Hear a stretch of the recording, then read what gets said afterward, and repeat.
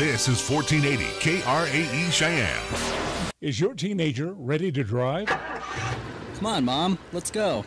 Sorry, you're not ready to drive yet. What? Come on. You need to complete a driver's ed class first.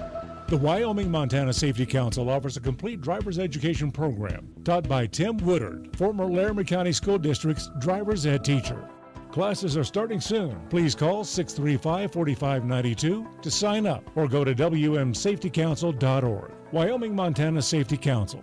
Think safe, live safe. As Cheyenne's weather turns warmer, dust and pollen can become a problem for those with allergies, asthma, or respiratory issues. And the last thing you want in the summer heat is poor air quality in your home or office. So it's time to turn to Marv's Plumbing and Heating. That's right, Cheyenne's most trusted plumbing, sewer, and heating business also services air conditioning. Marv's Plumbing and Heating, 1515 Logan Avenue, can handle all your air conditioning needs. Give them a call, 316-7634. That's 316-7634. What you are about to hear is a sports talk radio show unlike any other that has ever before been broadcast in the capital city of Cheyenne, Wyoming, USA. This is Cheyenne, Wyoming's Sports Talk Authority. The Wyoming Cowboys, the Denver Broncos, the Colorado Rockies, and the Denver Nuggets. The show is local, it's regional, and yes, the show is national as well. Wyoming Sports Talk Today is on the air.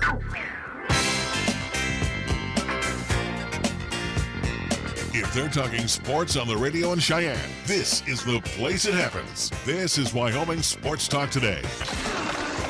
Good afternoon. Welcome to Wyoming Sports Talk Today. I'm Larry Peroetti. Across the way is Junior Pro Man, that being Nick Peroetti, as we are ready to talk some sports with you today, being brought to you by Taco John's of Cheyenne, where you'll find a plethora of locations here in town to enjoy their loaded potato olays, their six-pack and a pound. Don't forget tomorrow, Taco Tuesdays. Hey, something new for you. Their sirloin steak burritos. John Rogers RV Sales and Service, also another one of our fine sponsors on Highway 30. You always can enjoy breakfast 6 days a week in addition to their delicious chicken sandwiches, waffle fries, and lunch and dinner goodies, always over at Chick-fil-A, corner Windmill and Del Range, right across from Menards. Kia of Cheyenne over on Nation Way, where they've got a great selection of Kias for you to select from. Kick a few tires, take a test drive, take home the Kia of your dreams this evening. Platte Valley Bank with 2 locations. Oh, by the way, Kia of Cheyenne over on Nation Way. Platte Valley Bank, 2 banking locations, Monday through Friday. Find Rick and the great staff over at the corner of College and Pershing for you Eastsiders on the original location. It's right there on Vanda High for all the Northsiders. Medicap Pharmacy for all your pharmaceutical needs. Find them at the same location as always, right there in Bluegrass Circle next door to Texas Roadhouse. Lennox Auto Body, 2 locations. The main repair center for autos and trucks. You'll find them over on Dunn Avenue for autos and trucks. Head on over to the Auto Glass and Detail Center, which they'll make sure it's clean, the Lennox clean way, over on Pershing Boulevard. Key People Cheyenne comes on by to clean your place so you don't have to. Get a hold of Rachel, the point person, 414-0074. First Tier Bank at 1508 Stillwater Avenue. Yes, I know there's construction because the city is not the brightest bulb in the box. But anyway, First Tier Bank at 1508 Stillwater Avenue. Banking done the old-fashioned way, customer service with you in mind all the time, Monday through Friday. They got to take care of the roads before, Frontier Yeah, Days. that's right. We'll make it look shiny for the tourists, and then for the people who live here, who cares? And, for those that want to go eat over at Mondello's Pizzeria, hey, don't mind the construction. Head on over there. Enjoy Joe's Delicious Pizza 7 days a week, along with the calzones and, the strombolis, and, of course, those delicious sandwiches on fresh baked bread. Mondello's Pizzeria, 1507 Stillwater Avenue, Suite D in the Greenway Commons. Also, we want to thank the Wyoming Montana Safety Council, Mars Plumbing and Heating, 1515 Logan Avenue, and Lincoln Way Liquor at 2825 East Lincoln Way. Grab a cold one for the ride home tonight. Pop it open when you do get home. And we always get things underway with our scoreboard, which is being brought to you by Pepsi of Cheyenne. So recapping the weekend with at least the local side, we'll start with the Cheyenne Mustangs.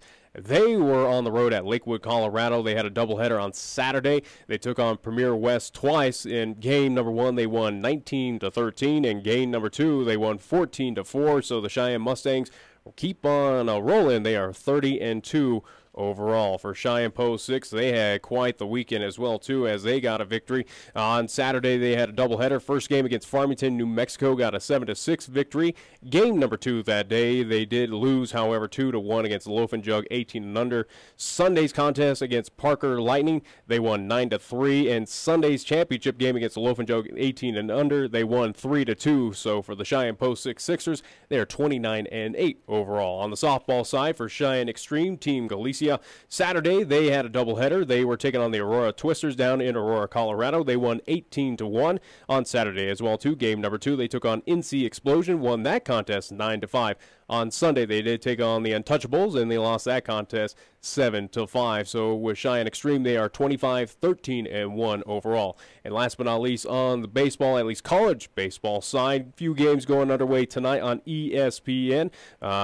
First game will be Oregon State taking on Washington. You can again see that on ESPN. Actually, it should be wrapping up around this time. And also, too, I do believe one other game, yes, it will be North Carolina taking on Mississippi State. That game will get underway at 6 o'clock tonight on ESPN. So, again, College World Series in action. That's what you can expect on the TV side.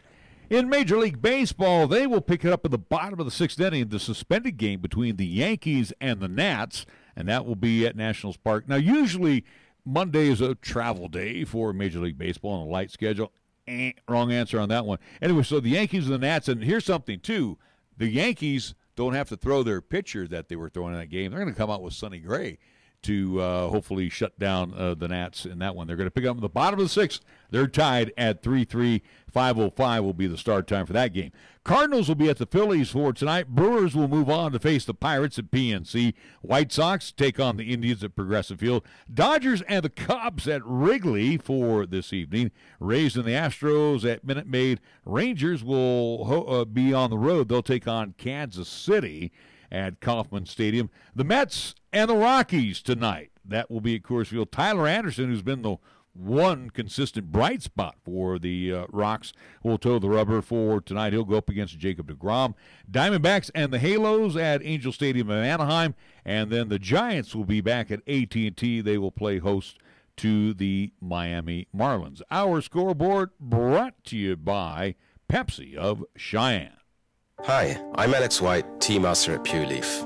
When I make tea, everything I know goes into it. You can't be impatient. When I craft Pure Leaf iced tea, I don't take shortcuts, because I want you to have the same amazing taste of iced tea that I do. So I start with fresh picked tea leaves. Then, after they're delicately dried, I blend and brew them at a lower temperature to draw out their unique aromas. And then I taste and fine-tune the blend for a delicious smooth iced tea. I'd love to have you take a sip right now, but that's one thing we can't do over the radio. But you can experience the same delicious taste of Pure Leaf iced tea anywhere you are. I'm Alex White, Pure Leaf Tea Master. Pure Leaf, our thing is tea. You're listening to Cheyenne's new Sports Talk Authority. This is Wyoming Sports Talk Today on AM 1480 K-Ray.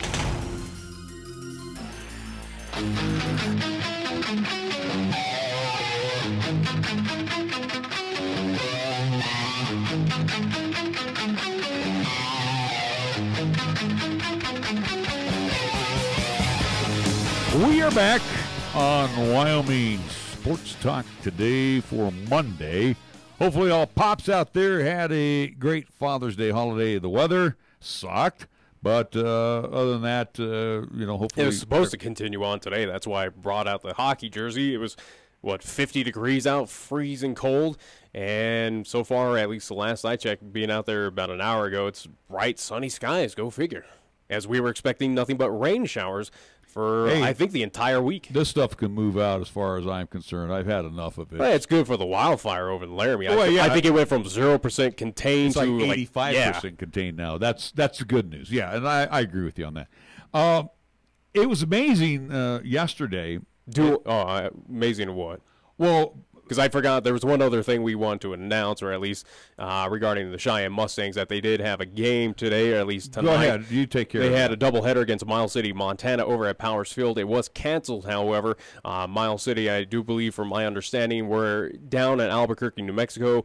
Ran through a bit of at least injuries and a few players. They've kind of run out of a little bit of gas, so they decided not to take on Cheyenne Mustangs tonight. So those two games that were expected at 5 and 7 over Powers have been canceled. So just as an FYI. Okay.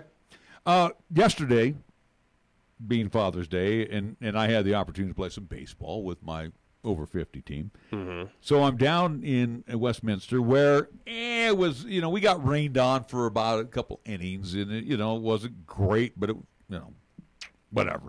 So you do what you got to do. Yeah, and us old guys, they let us play in the rain, and that's the fun thing about being old. So I have a buddy of mine who threw against me, and I catch him all the time when I'm playing, when we're in tournament teams. Mm-hmm. So we got to talking after the ball game. Now, he used to be a scout for the Mets for many years. And this was kind of the discussion yesterday down there.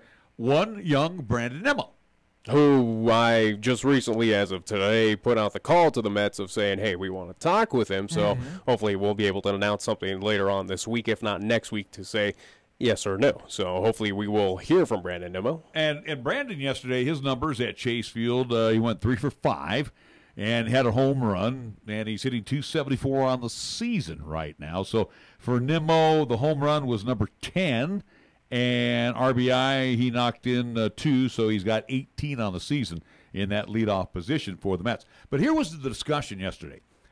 Nimmo obviously not on the All-Star ballot. He's not one of the top vote getters, at least, especially in the outfield. And he won't be in there because of, just the way things are. But the discussion yesterday was the numbers that he's starting to put up now on a regular basis for the Mets probably will land him as one of the final 4 for the fans to vote on to get that last position on the National League roster. So, in a roundabout way, I say congratulations to Brandon because he's becoming a fan favorite. He's a media favorite right now as well. But I would say yes and no, because also, too, again, if he's a fan favorite, he would be listed on at least outfielders. I have a full kind of... He's not on the ballot. Well, I'm just saying we'll see if he does, but as I'm looking at outfielders right now, again, your top kind of vote getters right now are Nick Markakis with the Braves, Bryce Harper, Nationals, he's at number 2, again, over 1 million. Matt Kemp with the Dodgers, he's just under 1 million. Charlie Blackmon, number 4 with the Rockies, he is well below Matt Kemp. He's only at about 670,000 votes. Taking a look at a few other notables, but he would be a write-in, Nick, for the outfield.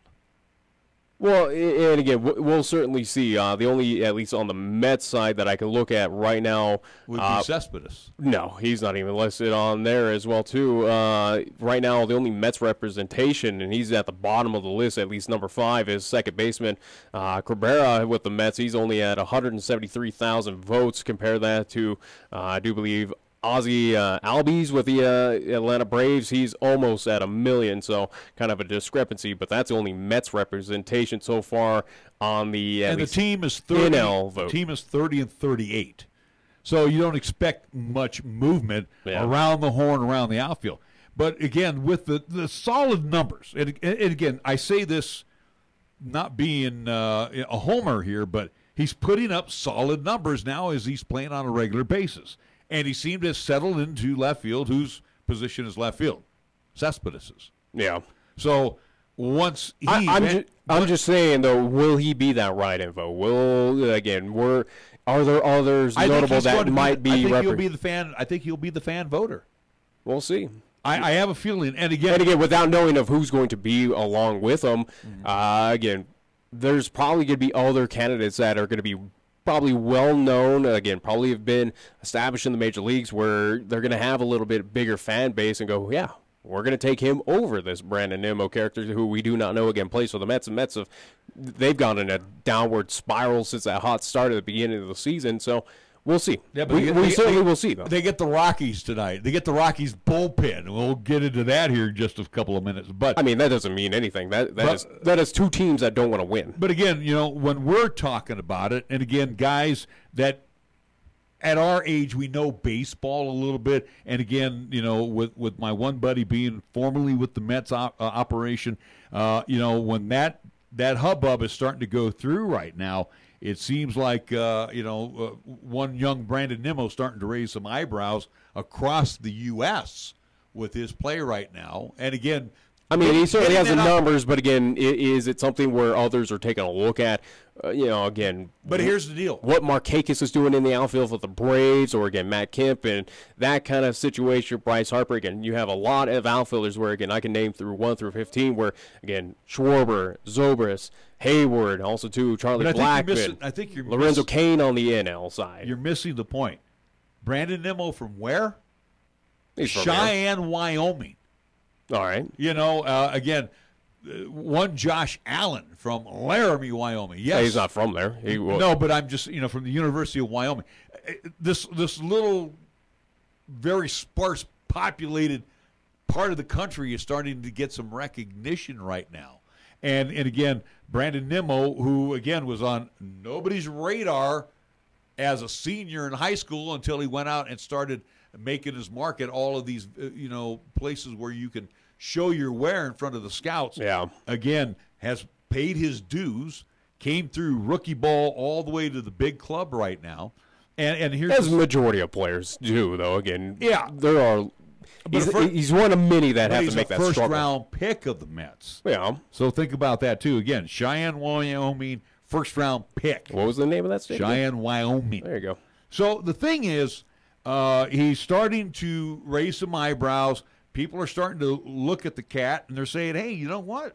Let's keep an eye on." Well, it'll be a telltale sign if he does get a part of the NL All-Star roster again. I think he absolutely deserves it. But is that something where are the fans going to know who he is? Are the fans really going to give him respect again without not knowing of who's going to be on that fan ballot?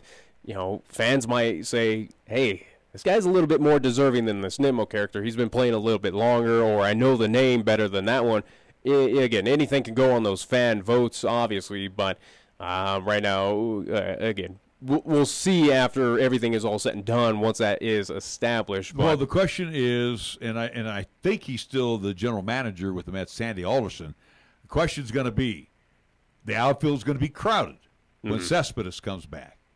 And the way Nimmo has been playing ball, there's no way you can send him back to the 45s. There's no way in hell. 45s? Who the hell is that? Las Vegas. How about the 51s? 51s, there 45s, either Not way. even close. I missed it by 6. My point is, though, there's no way in hell you can send him back to Vegas. No way. Well, again, we do not know that front office or what the Mets are really thinking. And obviously the Mets right now are they're kind of at a standstill of just trying to figure out of what's going on with this season. They, again, start off red hot. What do you think the Mets are going to do? Again, as we've been saying, I think eventually they take a look at Nimmo and use him as trade bait. I think you're going to have to dangle him because you're out of the pennant race as far as I'm concerned, especially in that East. I mean, they are bad in the National League East right now. So the thing is, it's good that he's putting up solid numbers, but just wanted to throw that out. That was the scuttlebutt that we had going on yesterday. Again, these are baseball guys, and they all feel that he will be one of those names to be the 1 out of 4 that the fans will have that opportunity to vote on. And I hope it happens. That'd be kind of neat for a young I mean, it would be, but is it going to happen? Again, we'll certainly have to see. If he keeps up the pace, if he keeps up how he's playing right now, I think that's going to happen. Because, again, the All-Star voting, ends here pretty soon. Doesn't it end like at the end of the month? Something like that. I don't know when it expires, but it's getting close to it. But just taking a look at right now, again, the NL has been updated today.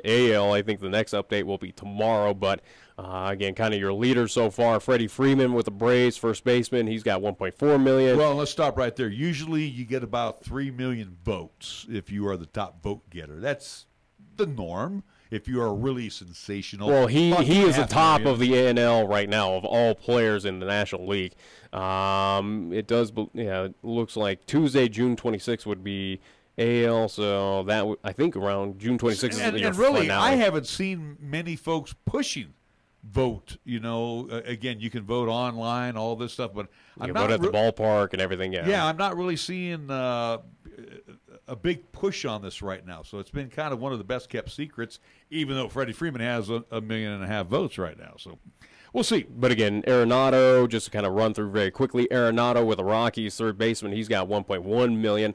Shortstops, it would be Brandon Crawford with the San Francisco Giants. He's got 1.1 as well. He's the top, also two with the San Francisco Giants. Buster Posey, as he is usually up there, he is at just over 500,000. He's at 686,000 votes. And again, your top three outfielders, Nick Markakis with 1.1 million, Bryce Harper just over 1 million, and Matt Kemp just under 1 million. Those are your top three. So, but again, kind of interesting as well too, as I'm looking at this as a Giants fan, as we are. Giants have representation on every single spot in the top five. You look at Brandon Belt. He's number 3 for first baseman with 300,000 votes. Joe Panik, number 4, second baseman with 194,000. Third baseman with Evan Longoria, as much as he's now out, unfortunately. He has 221,000 votes. He's number 5. Again, as we mentioned, Crawford and Posey, number 1s. And then on the outfielders, Andrew McCutchen getting respect with 241,000, but that puts him at 14th. On the outfielders list, and nobody from the outfield for the Giants will be there. I would think, but it's just interesting that Diamondbacks are, again, with them kind of leading, Diamondbacks not getting any respect. How about the Dodgers? Dodgers a little bit with Grandal and catchers, but he's 5th. Bellinger, even though Bellinger's out, he's number 4 on first baseman. Let's take a quick look here, and then Matt Kemp with outfielders. And he's having a really good year. I mean, he's having a good comeback year. So, and also too, it tells signs right now with the Rockies. Trevor Story actually is number 4 on shortstops for whatever reason. He's moving up. But Arenado also too. Again, him number 1, and then Charlie Blackmon is number 4 on outfielders. He is again well behind Matt Kemp. And wait a minute, before you diss on Story here, which again we've had our we've had our day on him. Don't get me wrong. You're the one complaining about him last year. About his whiffing, and it looks like he's starting to get that under control. He's hitting .270 right now. That's not too bad as far as shortstops are concerned. And if I'm not mistaken, he went yards yesterday in the loss, so that's his 15th home run of the season. RBIs, he is right now at 54, so he is leading the club in RBIs right now. I mean, should we talk about that loss? Yeah, or should we take a break and then talk about that loss? That was pathetic. Let's go into the break, and we will be back. We'll talk about the Rockies' misfortunes yesterday at Globe Life Stadium in Arlington. We're back after these words on 1480 KRA. We are the key to your cleaning success. The Key People that provides affordable office and professional cleaning services for over 40 years with exceptional customer care. All of our contractors have background checks and are licensed and bonded. We guarantee you a safe and secure service that is tailored to your individual and business needs. The Key People do not impose year-long contracts, and all quotes are free, confidential, and personalized. Call Key People at 1-800-468-8283. That's 1-800-468-8283. Do you have a big remodeling project in mind? Then the best tool for you is a home equity line of credit from Platte Valley Bank. Whether you are remodeling, making home repairs, or expanding, a home equity line of credit can help you finish that project. Stop in and we'll show you the hidden value in your home with a home equity line of credit from Platte Valley Bank. Some restrictions may apply, subject to credit approval. Platte Valley Bank, member FDIC, equal housing lender. Taco John's presents Olay the Day Pep Talks. All right, good half of football, boys. Now, good is good, but we can always be better. Look at Taco John's. They took those tasty little potato lays and loaded them up with bacon and ranch and all kinds of good stuff. They made something good even better.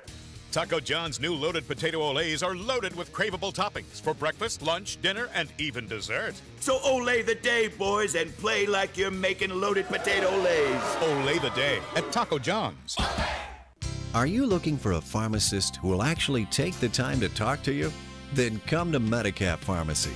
We're dedicated to healthcare only, which means we'll fill your prescription quickly, and then we'll make time to listen, answer your questions, explain your prescriptions, and tell you about possible drug interactions. Medicap Pharmacy will always make time for you. Medicap Pharmacy, 1947 Bluegrass Circle, next to Texas Roadhouse in Cheyenne. Or call 635-3712.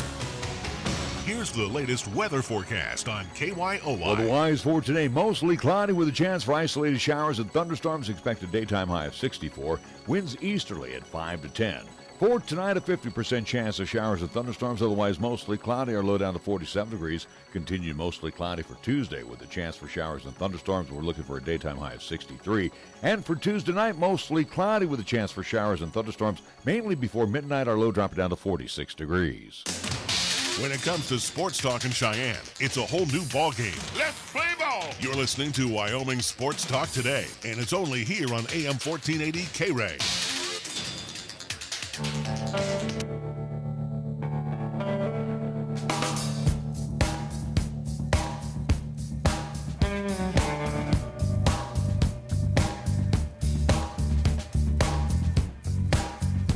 Another pathetic loss by the Rockies yesterday, and really, you blame the bullpen.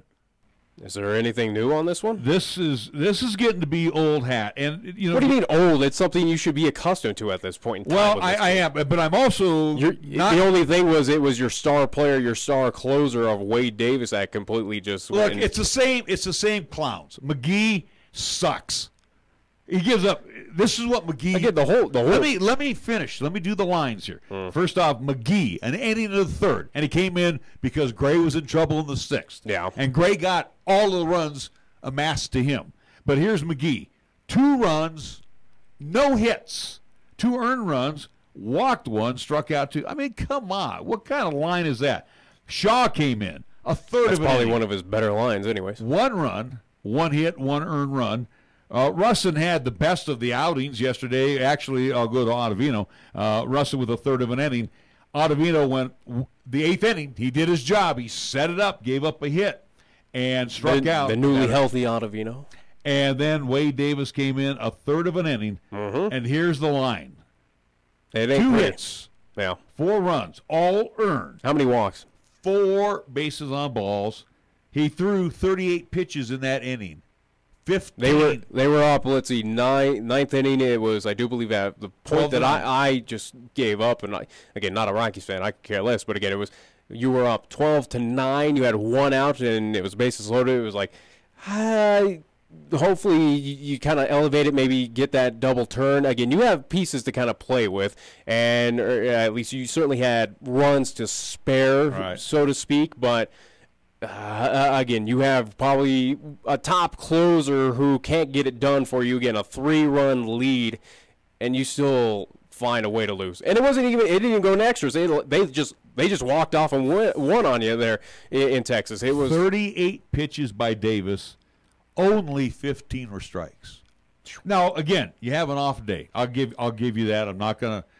I mean, the Rockies are having just an off year. It doesn't matter who. Again, it's kind of pick your poison on who's going to have that off day. And then you look at on the field yesterday, McGee, Shaw, Russ and Ottavino are not making that kind of scratch in Davis. You're looking at about $20 million on the field yesterday. That not worth this a is damn. This is the Rockies that they invested in. They address those needs, and guess what? It's not paying off for you. And it probably won't anytime soon. Again, this team right now, as it's showing without their moves or what they're going to do before the trade deadline, this is a team that is not going to do squat, is not making to the playoffs at this point in time where, again, you have 3 others right now that are figuring out, and they're, again, trying to separate themselves from this Colorado team and say, hey, you're just going to be a bottom feeder for the rest of this season. And it's shown. So far it's showing. You talk about tonight's matchup between them and the Mets, both teams who are really showing that neither of them really want to win a game. It's a situation where who knows who will win. Rockies, if you put up a 12 spot, there's no question that the Mets could probably come back and win that contest, as we just saw with the Texas Rangers. Come on now. Again, the Rockies right now, they're in a world of hurt. Well, and they're putting bad taste as well, too, where, again, what we talked offseason is... I already told you where the weakness is at. I'm just saying, this offseason where what have the Rockies always been known for? It's a team that's afraid to spend money. Well, they went out and did it. But now it's putting a bad taste in their mouth and going, do we ever do that again? The investments in Shaw and Davis have been just short of That's what I'm just saying. Does the ownership right now go, should we do that again? That was awful. Now, let me finish here. McGee, with his poor outing, he has an ERA for a setup guy, middle relief guy, 5.26. That's bad. It gets even worse with Shaw, 7.08. Again, that's why they're at the bottom of combined ERA. They're one of the worst teams. Russin, I can't explain why he's bad, 7.45. He's usually more reliable. Ottavino, since he's come back, he's under 1. Ottavino he can still be an awful setup guy. Where we've seen plenty of games with him where he can blow a lead. He got his 14th hold yesterday. That's what he's supposed to do in the 8th inning. Well, I get hold that, the lead. But again, he is in pass, at least in his pass, he is known to give up those leads. For Davis, that was his 4th blown save yesterday, and he absorbed the loss. For a closer, this is, and you know this. And that's probably one of the worst, again, probably for him and for the Rockies, that's probably one of your worst blown saves right there again. Where I understand it, but you know it as you know, going back to, the Rob Nen days and when they had Brian Wilson, then you think of Mariano Rivera. You think of the more established closers, Jansen. I mean, let's be real with the Dodgers. These guys are in the 1s, 2s for ERAs, 4.55 for your closer. That's not good. That's ridiculous. That's not good. And again, John Gray, no great shakes yesterday. He was cruising along. Then he got to the 6th inning and fell apart. And again, with going back to Wade Davis, where that ERA is just way out of control, he's fortunate to play for the Rockies, though, as well, too, where, again, it is a team when that offense is clicking whenever it wants to be, you have that assist where, you have your opportunities, but that is something that should be very alarming for this Rockies team going, ooh, this is maybe we shouldn't go with this guy. But again, he certainly has the saves with him, but I feel like it's a player that is very, at least pitching right now, very fortunate to be with the team that he is, especially with the numbers that he is putting up. Anywhere else, it's not getting the job done. Here's the thing, too. You got a very fragile bullpen. Okay? I mean, you have a fragile team right now. Well, you may. I disagree with, was it Dickerson that was on the post-game show? I don't know. That that there's not going to be any divisiveness. The hell? You don't think those guys who bounced back yesterday offensively and handed a lead to the bullpen, Didn't they do it twice? You don't think those guys are ticked off a little bit? Don't they get tired of losing like that? They're not going to admit it to the media or admit it to anyone, but internally, you think that locker room's a fun place to be in right now? No, I don't there's think so. no way. See, again, especially after a game like that, where that is, you had everything working for you there, Colorado, especially on the road against Texas. You had everything there in the palm of your hands, and you just blow it like that. Just you fought back and just went, oh, there you go, have fun. And think about being Bud Black, the skipper of this ball club. You're afraid to make the phone call to the bullpen right now. Do we bring up that conversation with Bud Black of, does he need to? No, I'm telling you. Is Bud Black good for the situation for the Rockies? No, I'm telling you what the situation is. Steve Foster, Darren Holmes. I don't think these guys can corral these bullpenners, again, with the fragile egos that they've got right now. Mm-hmm. But again, that's what the coaches are there for. They're supposed to help these guys, get them out of these funks. Again, a baseball. Clearly, it's not getting it done, and it's not working. And if you're Bud Black, you got to get rid of him. There you go. But will he, though? That's the question. Is he going to, especially here midseason? Who's available? Who's available right now to walk? Probably no one that's worth a damn, unless you pull someone up from your minor league system.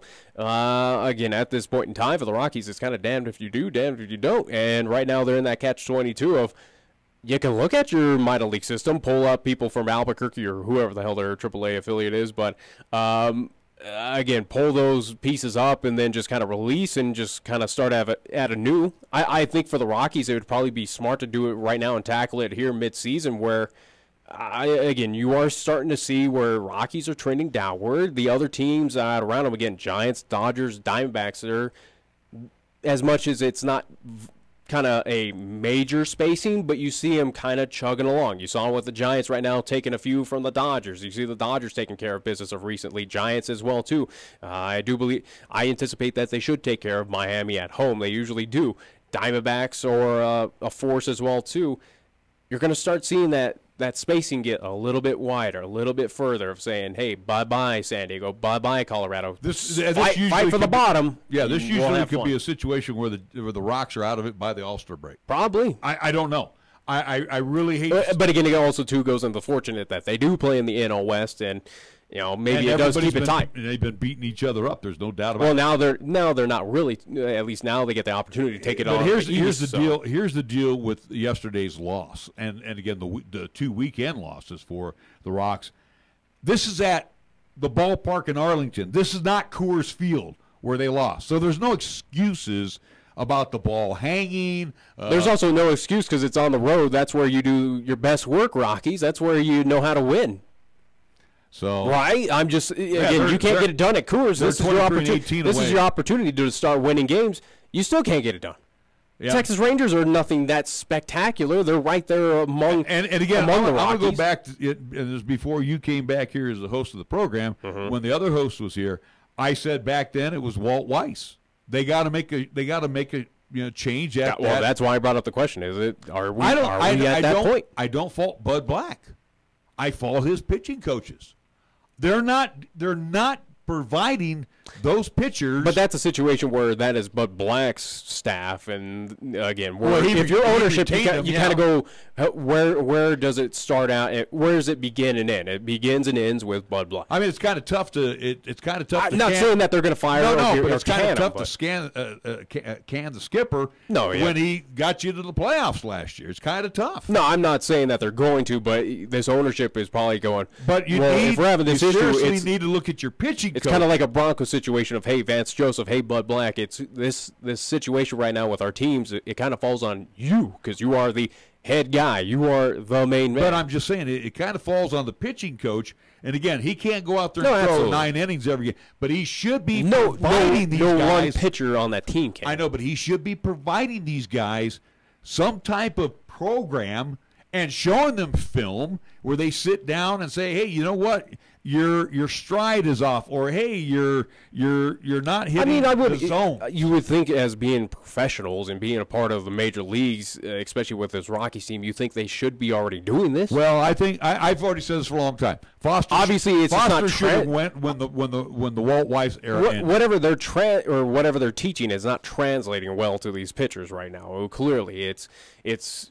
Maybe it's time to change the guard there. And really, Colorado. You go back to Darren Holmes. He was a nickel and dime closer anyway with the Rockies, and when he went to Atlanta, he's not that good.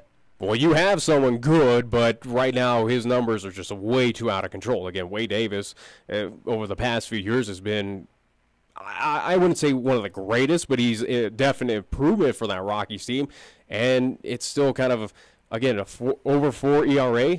That's kind of scary for him. That's something that should not be approaching, Wade especially Davis, a closer. 4.5. Shaw over 7.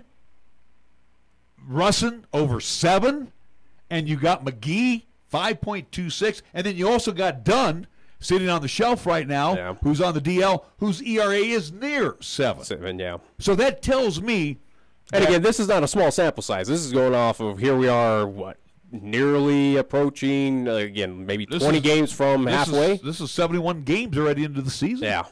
So, the sample size is pretty bad right now. And again, Gray has not been great shakes. I'm not gonna defend him, but the middle relief corps is pathetic for the Rockies. Now something we've known for however long. But here's what's scary.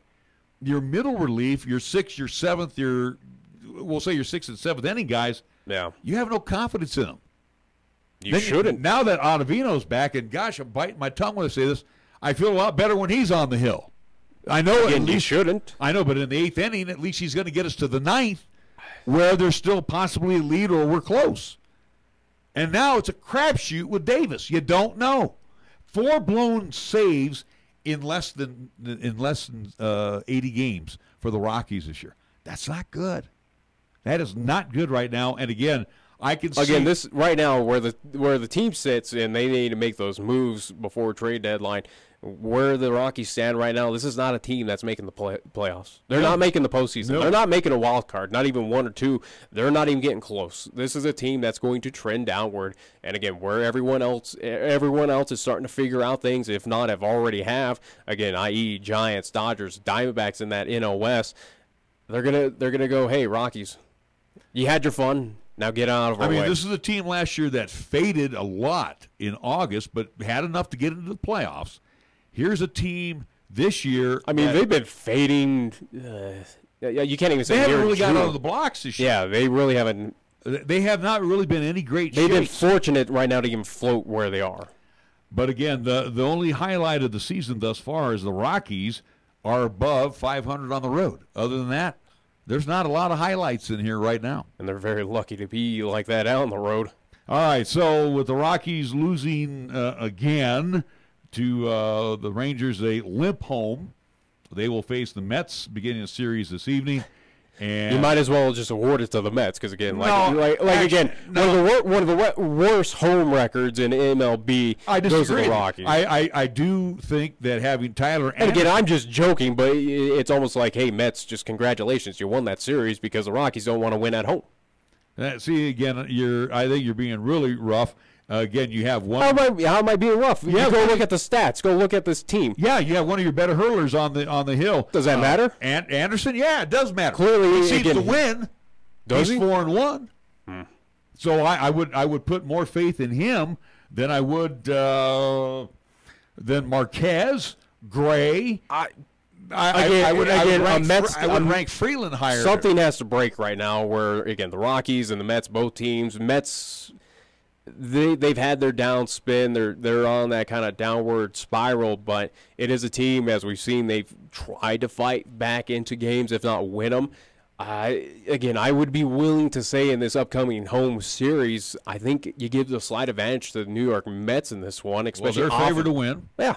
I'm not surprised by that at all. Again, the Rockies at this point at home, as how bad they are at Coors, you got to take that effect. You got to take an effect of you couldn't get it done. You had that upsetting loss on Sunday. Sorry. I'd be willing to put money on that. I think the Mets take this series as well too. And again, it starts a kind of snowball effect for the Rockies of where this might get ugly. For the next couple weeks. This is interesting, too, because Anderson is 4-1. He's got a 4.48 ERA. DeGrom is on the hill tonight. He's 4-2 with a 1.55 ERA. That's pretty good. I like the line, though. The line is the over-under is 9.5 runs for tonight. So, surprise. Yeah, at Coors Field, no surprise. But again, it's a team right Tyler now. Anderson It's a team that has no excuses. Nothing. Again, no major injuries. Nothing like that. It is. You are a fully healthy team minus a few. Maybe one key piece. Maybe, and I wouldn't even say a key piece. Like I said, he's not Dave Stewart back in the day when Dave Stewart would throw for the A's. If the A's were slumping, you could always bank on Stu to get the win and get him out of that slump. Tyler Anderson has been basically the go-to pitcher on this staff. You cannot compare him. He's going to be that guy. I really don't think so. He's been the guy that's sure he's 4-1, but is he? You're comparing him to Dave Stewart to be? No, I'm not. I'm just saying Anderson has been the go-to guy for the Rockies to stop some type of slump, and that's what I'm hoping that he can do tonight. I highly doubt it, but we'll see. Again, I think as we're talking, the mentality of this team. Again, they might not say it to the media, but again, internally, we're all human, and it is something where you kind of get defeated by something like that, where it starts festering in your head of, I'm doing everything I can right now. I'm doing everything that I need to do to help this team win. No one else is, or at least my bullpen is. Why should I care? It's like in the movie Major League where they tell Ricky Vaughn to go get dressed early because he had the affair with the one guy's wife. Anyway, this is the bullpen right now. They're getting dressed early. They don't want to deal with the rest of the club coming in. They're heading out to the bullpen just so they will remain incognito today. Anyways. All right, we're going to take a timeout. We'll be back with more of Wyoming Sports Talk today here on 1480 K-Ray. Is your teenager ready to drive? Come on, Mom. Let's go. Sorry, you're not ready to drive yet. What? Come on. You need to complete a driver's ed class first. The Wyoming-Montana Safety Council offers a complete driver's education program taught by Tim Woodard, former Laramie County School District's driver's ed teacher. Classes are starting soon. Please call 635-4592 to sign up or go to wmsafetycouncil.org. Wyoming-Montana Safety Council. Think safe, live safe.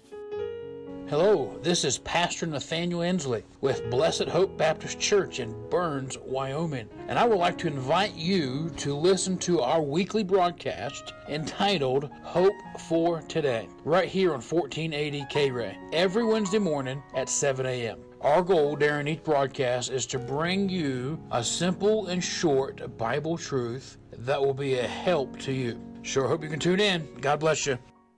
Chick-fil-A is a proud supporter of our high school athletes at East, Central, and South. May the school year bring success to all of you.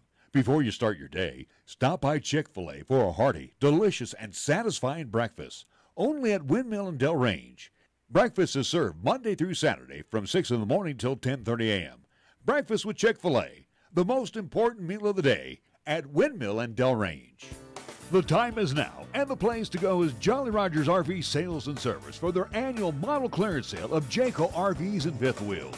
This is your year to travel the countryside, and what better way with your Jayco RV from Jolly Rogers RV Sales and Service. And to put you on the road today, save 30% on their annual model clearance. Their savings are always the best on whatever model you select. Come see and take home your favorite today when you buy from Jolly Rogers RV Sales and Service at 6102 East Highway 30 in Cheyenne, or go online to jollyrogersrvs.com.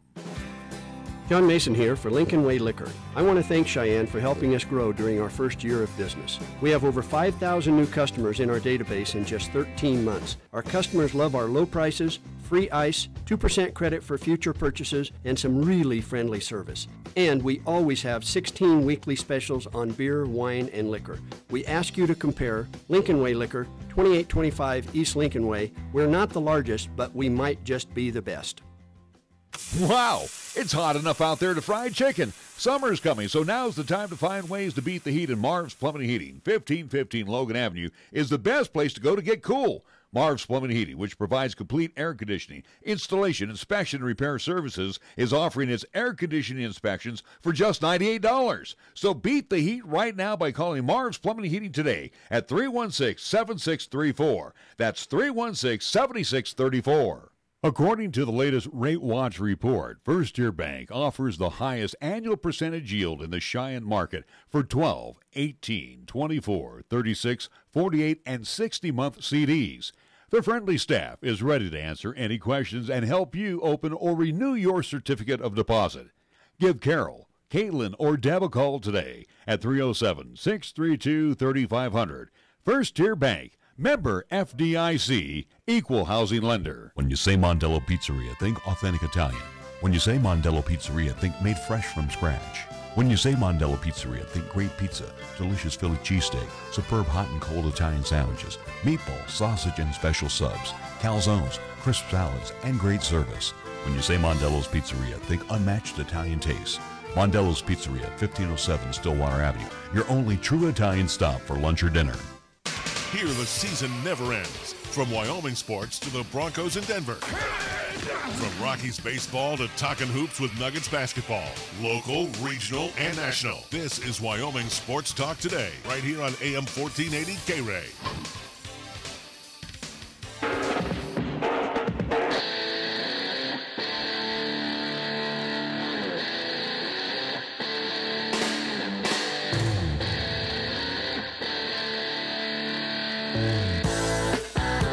We are back on Wyoming Sports Talk Today. Larry Proetti along with Nick Proetti.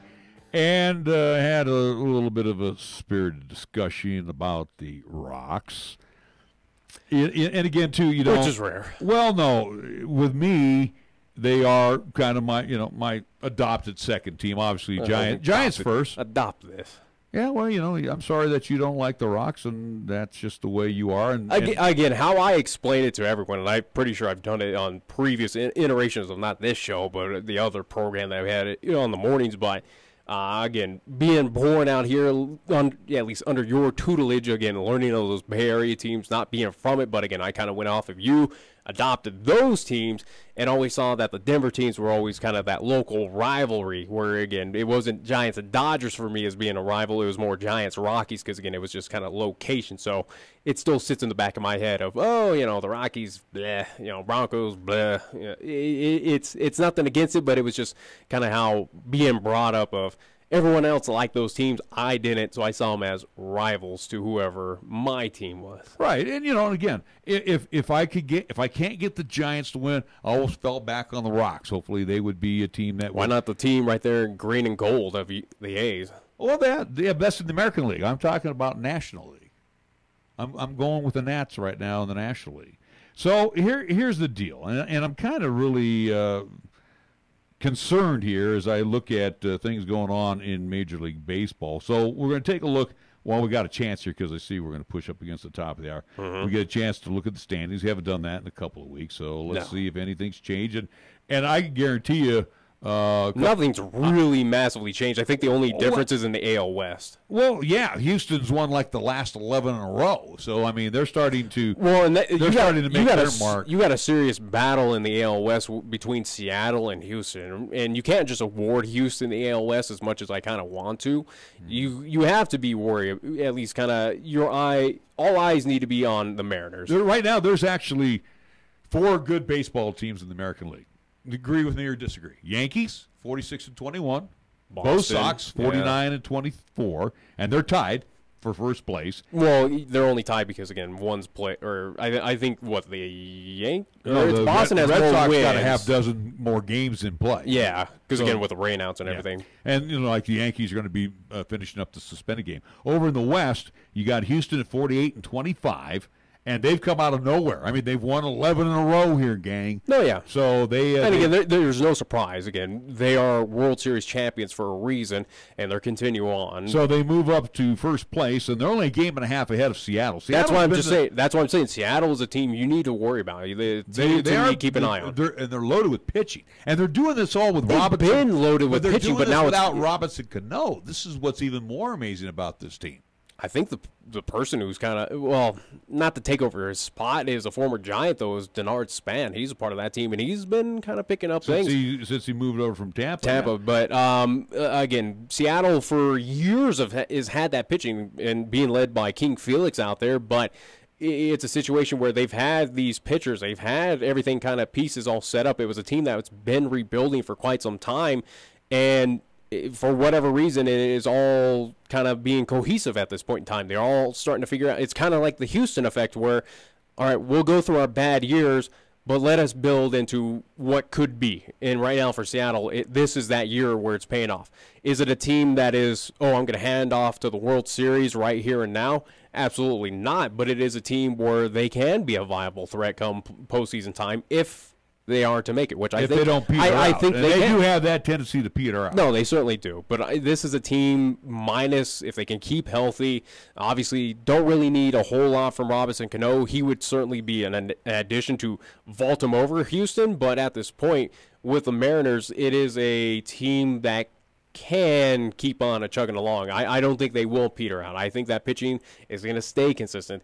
Hitting for them is beyond It's one of the top right now in all of Major League, if not just the AL. But right now, if that's going to be AL West, is going to be a fun division to kind of watch out. You can't even deny the Angels, even though the Angels are a little bit farther back.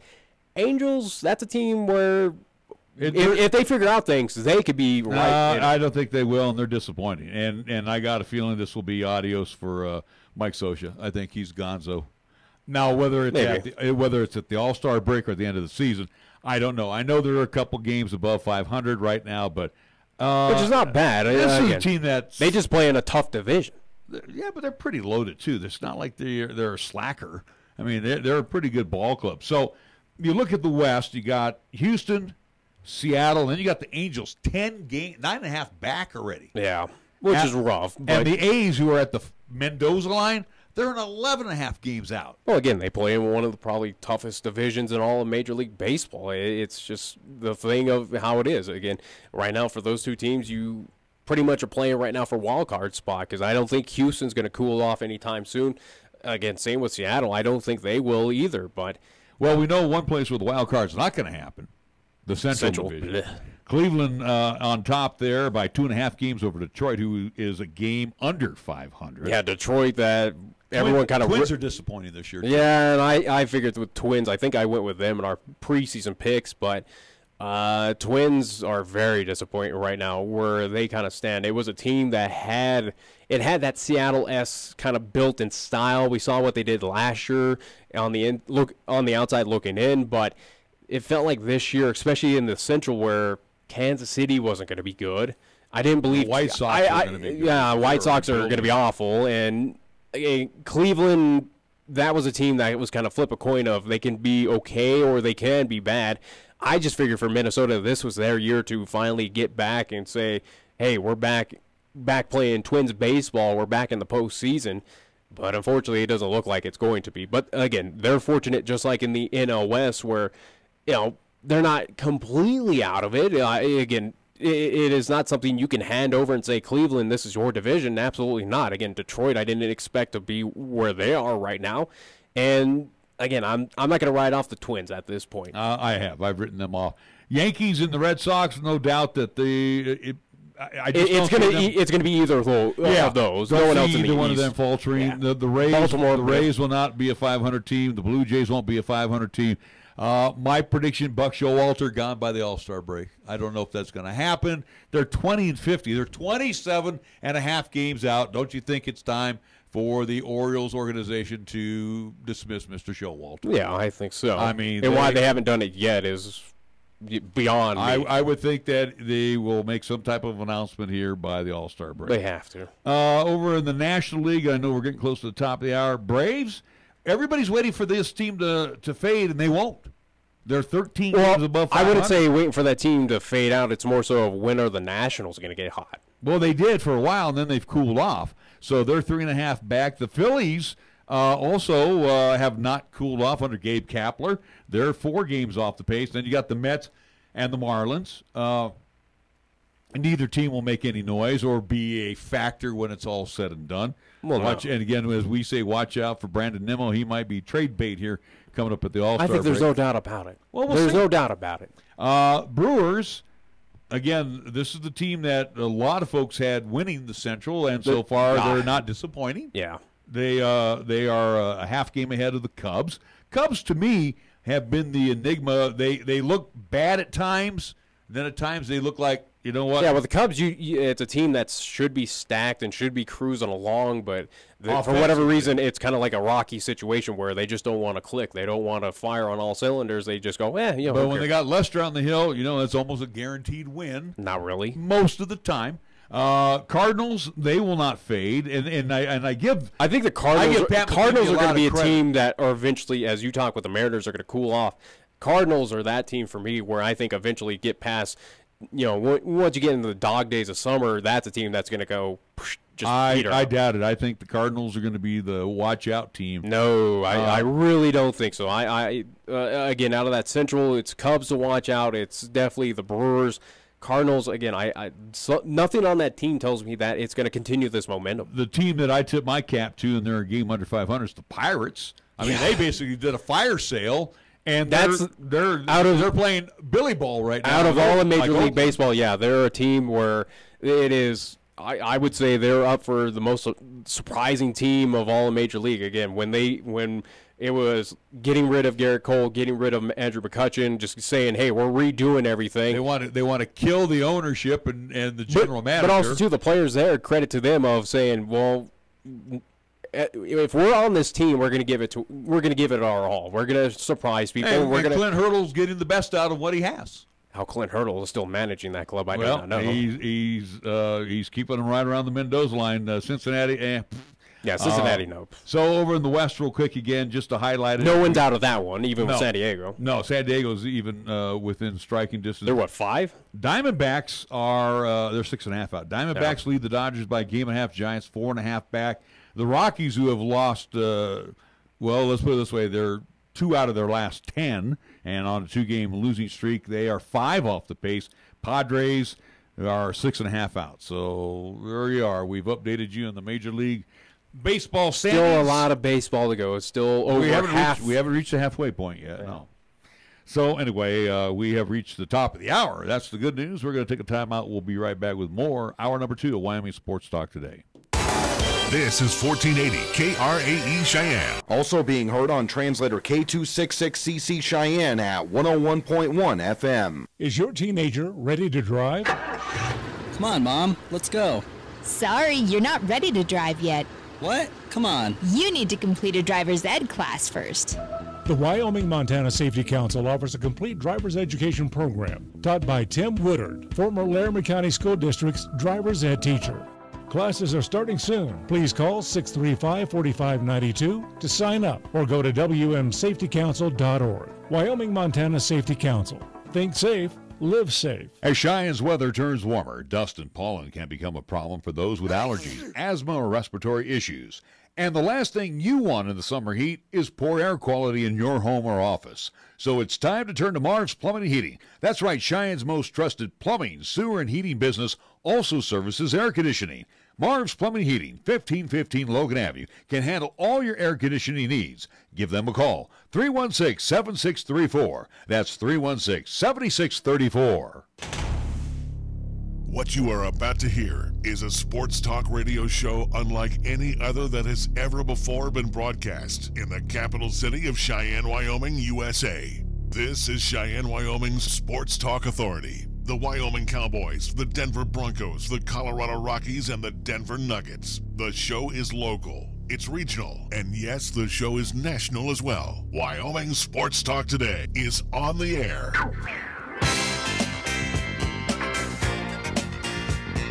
If they're talking sports on the radio in Cheyenne, this is the place it happens. This is Wyoming Sports Talk Today.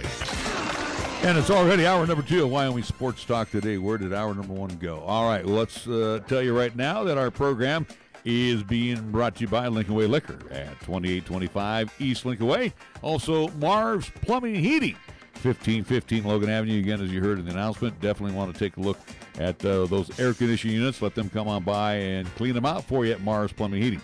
We also want to thank the Wyoming-Montana Safety Council, Mondello's Pizzeria, 1507 Stillwater Avenue, Suite D in the Greenway Commons. First Year Bank right across the street at 1508 Stillwater Avenue. The Key People of Cheyenne, Rachel is your point person to call, 414-0074. The Key People, they do the cleaning thing here in Cheyenne, so you don't have to. We also want to thank Lennox Auto Body Times 2, Heather and her great staff over on Dunn Avenue at the Repair Center, the Auto Glass and Detail Center over on Pershing Boulevard. Medicap Pharmacy for all your pharmaceutical needs. See Gene and his great staff. Same location, Bluegrass Circle, next to Texas Roadhouse. Platte Valley Bank with 2 banking locations. The original over on Vanda High, and the secondary location for the Eastsiders at the corner of College and Pershing. Kia of Cheyenne, we're a great-looking lineup of Kias. Await you right now to take a test drive and then take home Kia of Cheyenne over on Nation Way. Chick-fil-A, where they serve up all 3. Breakfast, lunch, and dinner, 6 days a week, Monday through Saturday. You want to check out the great breakfast selections always at Chick-fil-A to get your day started. Jolly Rogers RV Sales and Service, where you'll find Jayco's and you will find RVs and fifth wheels. Matter of fact, they're closing out last year's models. You want to save 30%? Check out Jolly Rogers RV Sales and Service today over on Highway 30. Taco John's loaded potato olay, 6-pack at a pound. Tomorrow, Taco Tuesday. How about their sirloin steak burritos? New to the menu and delicious at Taco John's of Cheyenne. And most importantly, we thank Pepsi of Cheyenne, who sponsors our scoreboard when we do high school sports, LCCC sports, and when we do scoreboards here. Yeah, they sponsor it, so we don't have to hide behind a paywall like others. Or should we be greedy like that? I don't know. Do what you want to do.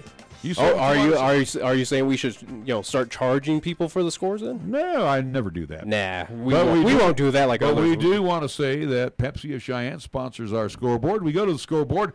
It's Nick first. Yeah, paywall free as well, too. Anyways, though, baseball on the local side. Cheyenne Mustangs were in action this past Saturday.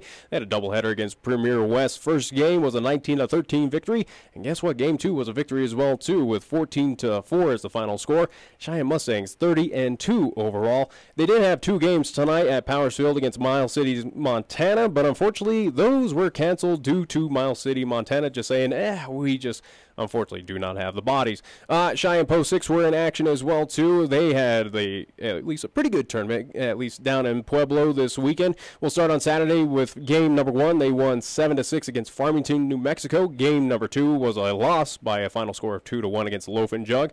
On Sunday, at least one of 2. Game 1 was against Parker Lightning. They won 9-3, and in the championship game, they defeated Loaf and Jug 18 and under by a final score of 3-2. So Cheyenne Post 6, they are 29-8 overall. Softball side of things with the Cheyenne Extreme Team Galicia. On Saturday, they saw 2 games. First was against Aurora Twisters. They won 18-1 down in Aurora, Colorado. Game number 2 against Incy Explosion. They won that contest 9-5. On Sunday, 1 game against the Untouchables.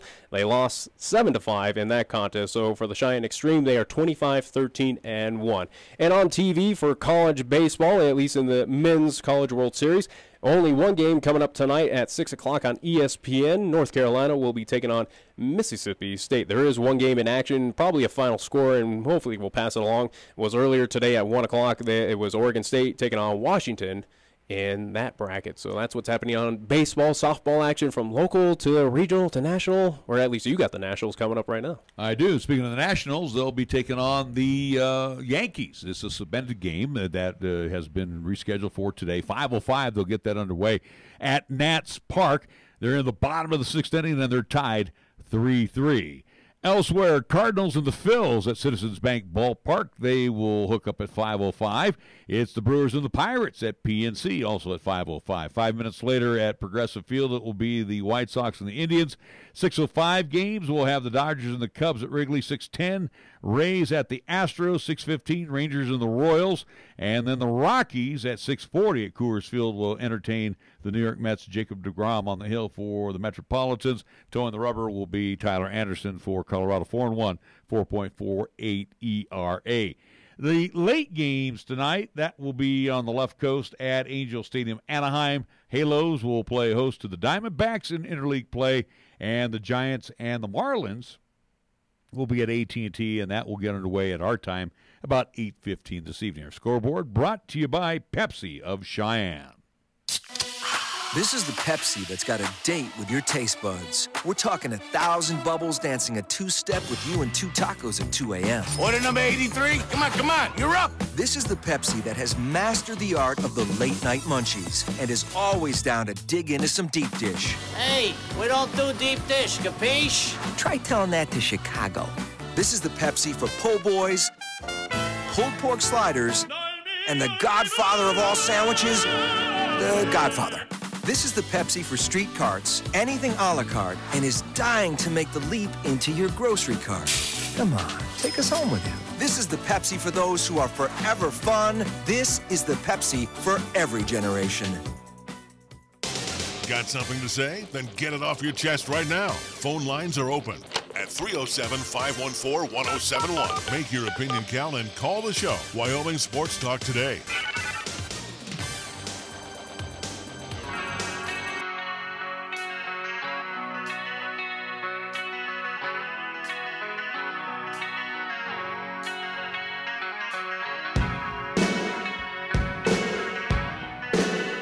Were you wondering about Washington and Oregon State? Sure. That one has been delayed.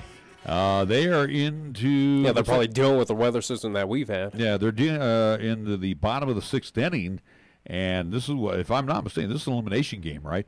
Yep. Washington leads Oregon State 5-4 as they have moved into the bottom 6, but it says here, game is delayed at present.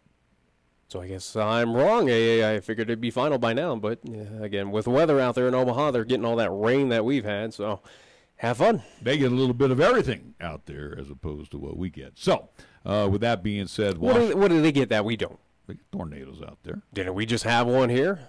They get more prominent tornadoes, and a tornado's a tornado. They get more frequent tornadoes than we get. Well, good on them. So what? Again, we still get tornadoes out here. All right. Well, Vegas has even gotten a tornado, apparently. It wasn't any time that I was living there, but they've had it before. It's never gone through the actual city. Okay. But anyway, 5-4. Game is delayed right now in Omaha between the Huskies and the Beavers. And again, this is a elimination game So hopefully they'll get this one in, and then, of course, that's holding up the other game right now. Yeah, because they got to play on that same field. Go figure. But again, that's anticipated to start at 6 o'clock. So, again, you still have about an hour and a half to wrap up things. So, who knows? No, they're not even close to wrapping this puppy up. All right, let's see what else we got going on. You had mentioned to me today. What? And it caught me off guard a little bit because I kind of... You get caught off guard by many of things. I go, hey, here's what happened on the Internet. What? What's the Internet? Well, first off, I'm going to mention this now. Oh, come on. I'm not going to go. Bring it.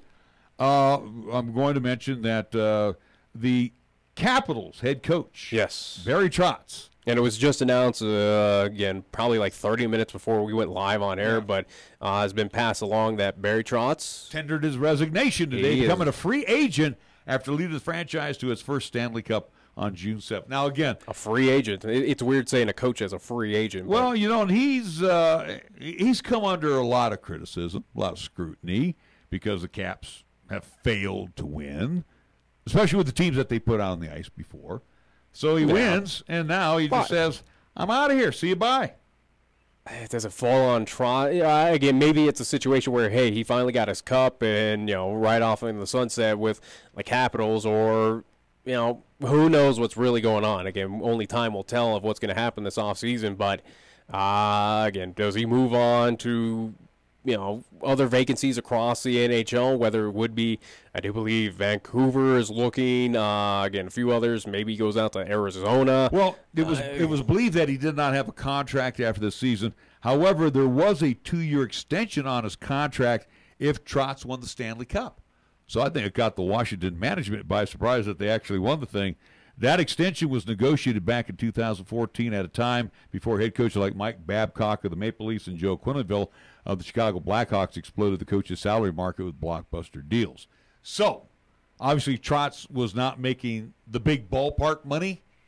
Now that he's a Stanley Cup champion, he wants... I figured he would be making big money. Again, he spent a tenure, at least majority of his head coaching career with Nashville before moving over to Washington in 2014. But again, he's gotten those teams to the playoffs. They've been good, at least not great, at least winning that championship, or at least the Stanley Cup. But maybe it's a situation where, and again, looking at his career right now, I mean, he's been within the NHL for quite some time. Maybe he's coached with the Ducks, Penguins, and the Lightning. Does that sound right? I only got him with Nashville and Washington. He was assistants for those other, at least with the Ducks, I do believe. But as a head coach, though, he's spent quite a few years, though, within this league. Again, majority of the time has been with Nashville and just past 4 seasons with the Capitals. But maybe it is a situation with him of maybe he's just calling it a career or something, or saying, hey, right off in the sunset, I worked all this time, and here we are. I finally achieved it. Well, I finally got my first cup. Here's the deal with him. If he rides into the sunset and he's a Stanley Cup champion, his last 4 years, I think most coaches would drool over these numbers. 205 wins, 89 losses, 34 overtime losses. That is a 68% winning percentage. I'll tell you what, if somebody scoops him up, they are going to pay some big bucks. But also, too, it goes credit into Washington of where, again, Barry Trotz came into this Capitals team that was pretty much stacked. Again, it was already built. They were already built, and they just wanted him to kind of lead it into where it is now of being Stanley Cup champions, but it took him quite some time. Again, those numbers are absolutely fantastic. He had good numbers with Nashville as well, too. Again, he was above 500 with Nashville as he spent, I do believe, 9 or 10 years with the Predators. But right now, maybe it is a situation where Barry Trotz, and again, as we saw with even kind of those players, again, I can think of 2 old Ducks, especially with Timo Solani, where, hey, you work your whole life, your whole career to finally get this cup, and it's just when that payoff is here, it is something phenomenal. And maybe for Coach Barry Trotz, this is a situation where I finally did it. It took me all this time, but I finally got it. I finally am at the top. I led this team. I led a team to a championship, And maybe it's time for him, or maybe it's him just saying, I'm calling it quits. I'm going out on top. Not at age 55. He's not going out. And no, I'm not saying. I'm just, in my opinion, is maybe, it would not surprise me if that would be his reasoning of going, let me just enjoy this one. Well, I enjoy my first ever one. Ain't gonna happen. I can tell you that right now. But it's certainly big though for the Capitals, and especially for for that fan base, for that team. That's huge. That is huge. You're losing that guy again. Your main man, that head coach. He just ups and says, congratulations, enjoy it. I'm out of here. Yeah, he's going to be picked up. I guarantee you. Then again, too, we don't know what Washington. We don't know what Washington's going to do either. Washington may be a player, and again, who's the first person you're going to talk to on Washington? You're going to talk to Ovechkin. Yeah. And they're going to probably, because I have not heard a bad word about Trotz versus his team. I mean, Barry Trotz in his past have had issues with teams and players where, again, it has been kind of locker room kind of stuff, but nothing major. But yeah, at least in the past 4 years with Washington, it was more frustration talk than it was anything. But as far as coaching, it seems like the Caps and him, Barry Trotz, are on the same page. Anyway, so we'll keep abreast of that story. You were talking to me again before the show was basketball, NBA. Yeah, and I just shut it off over the weekend. I didn't want to hear about it because I was so sick of it. Are you sick of it? I'm sick of the LeBron. Now we're getting into the thick of it, where again we are here in off-season talks, where players are now opting out. Players are now expressing of what they want to do. I'm glad it was news other than LeBron James finally, because that's all we heard. LeBron James this, LeBron James I don't know what the that. hell world you're in. I'm still over here enjoying that Warriors victory again. Well, I am too, but I mean we're talking about after the season. I think I got a week until my swag gets in, and I think for a week and a half for yours. So again, I don't know what world you live in, but again, I'm still enjoying that victory. I'm digging it, but I'm talking about the LeBron James talk. Well, again, where is he going? Obviously, that's gonna reign supreme over everything. It is going to be, again, he's a sought out player, again, one of the best in all of NBA at this point in time. Absolutely, you're going to put all eyes. It would be the same situation if Michael Jordan said, "Hey Bulls, I'm tired," or "Hey Bulls, I'm going to leave you at a standstill." And granted, you did see that when he went off to go play baseball, but it's the same situation right now. Again, you have your top player in your association. You want to know what's going to happen. It's going to be a 24/7 cycle with him of, wow, we got this little dig on him. Like, again, with Earl Boykins going, hey, there's a 40% chance he's going to the Nuggets. Guess what? You're going to pull off of that because, again, well, how much is that true? Is he going to be right? LeBron, are you going to the Nuggets? What do you like in Denver? What does Denver have established? It kind of just snowballs from there. It brings out all these branches. It is, again, it's going to come with it of, hey, he's the top. He's a player that can change teams. Right. He's a player that can instantly vault. If he goes to the Lakers, he's going to vault that team into a playoff, right. I would say powerhouse, but they're going to be seriously contenders. And again, I don't think they're going to be enough to take over Golden State. And again, too, what if Kawhi Leonard decides to go to the Lakers if he's traded there? But here's the thing. Again, Kawhi, my opinion is, again, the guy is not worth the money. He makes max money to play, 10 games a season, and again, well, here for Kawhi's situation is he can be great. He has that Derrick Rose kind of talent, but he's just never healthy. Who is going to take that? He's not healthy for a full season. Yeah. But here's the thing that I'm reading here, and you were explaining to me earlier. It sounds like the Spurs are just disassembling. Spurs are trying to go young now. They're looking to rebuild. We don't know, again, as we mentioned last week, don't know what Ginobili and Parker's status, but we could probably bank on Ginobili saying he's going to retire. Parker, I would think, is on his last leg. He's a fringe, but yeah, again, both players dealing with injuries. Parker, his injuries. Then there was somebody else that said that it was not going to play with them. Who was that? Rudy Gay. Rudy Gay. Well, he's opted out of his player option with the Spurs, so again, he's going to entertain free agency. Does not mean that Spurs could figure out or re-sign him, but I don't think the Spurs are going to. At least no signs point to it. Again, for the Spurs right now, it sounds like it's a team that's looking to go young and rebuild at this point in time. See, with me, I would think now, and this is where I would go with Kawhi Leonard and trading him. I think his best destination would be with the Lakers. Well, and again, you're going to get Alonzo Ball. But again, right now, what you're saying is sounding like it's not going to happen because it's rumored right now that the Spurs, at least internally, are saying that they will not trade Kawhi to any Western Conference team. All right. And I think that's smart on their behalf, but right now, all signs and everything, indications are going that Spurs do not want to give him away to the Lakers or any other Western team. Now, if he goes to Boston, that has also been rumored. Again, he said Boston. I wouldn't even say Boston. Again, his two teams were on his radar of Lakers and Knicks. Okay, so if he goes to Boston, Boston's going to have to give up Kyrie Irving? I don't think they're going to. I don't think. Again, Boston, if you're smart, and I would like to think that organization is, especially with pulling in Kyrie and getting rid of Isaiah Thomas, doing that offseason moves, I think if Boston should be smart enough to realize, hey, Kawhi, you're injury prone. We don't want to deal with that. We already have our injuries with Kyrie and Gordon out here.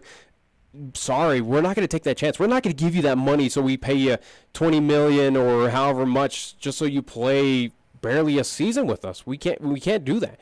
I don't see Boston taking that up. I don't see Boston doing that. I really don't think Boston if he goes to Philly, Philly's not going to give up like Simmons, but they might. Philly cover. Boston will not give up anything. I don't see it. Philadelphia should not. Again, what has Philadelphia been doing for the past years? Building the draft. Absolutely. Again, you're trying to complete the process right now.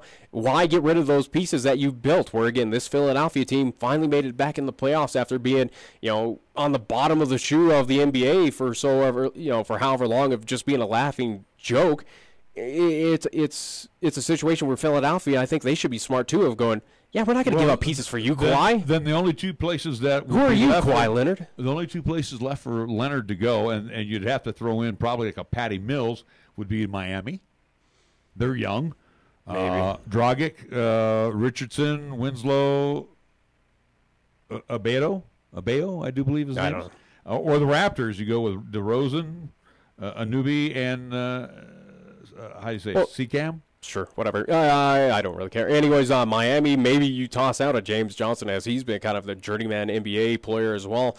Maybe you for San Antonio, you go, yeah, we'll take him and a few other players and do that. Again, we don't know right now. It lays on the team. Yeah, does any team really are going to put up that pieces to bring in Kawhi? Again, an injured-prone player who has stints to be good, but it all depends on how healthy he is. So far in his career, he's shown to be, I want to lean more to a bust than anything. I mean, he has the talent, but when it comes to the thick of it where, hey, we're in the playoffs, Kawhi, where are you? Oh, you're on the bench. You're hurt. So we know San Antonio, we're not going to, if he does get traded, not going to go anywhere west. He will go. That's just rumors right now, again, from front office of at least saying that not looking to do anything out on the west. And I think that's smart, especially if you're San Antonio and you're trying to compete with it, be within the top 8 seeding. I think that's very smart. But, again, East Coast, or at least the Eastern Conference teams, I think they have, again, a lot of them have that younger talent to kind of build it up. Again, Philadelphia is not going to be that team. Boston, I do not believe, is going to be that team. But maybe the Knicks. Maybe the Knicks kind of give him that wish of, all right, we got these young pieces. Here you go, San Antonio. You can work with them, and we'll get Kawhi or something like that. It just really settles down to, at least it's the point of what team is going to give the world to the Spurs, or at least enough where they're happy to go, yeah, Kawhi, just get out of here. We don't care. Well, go bye-bye. Now, you had mentioned to me, and we were talking about the cat out of the Pelicans.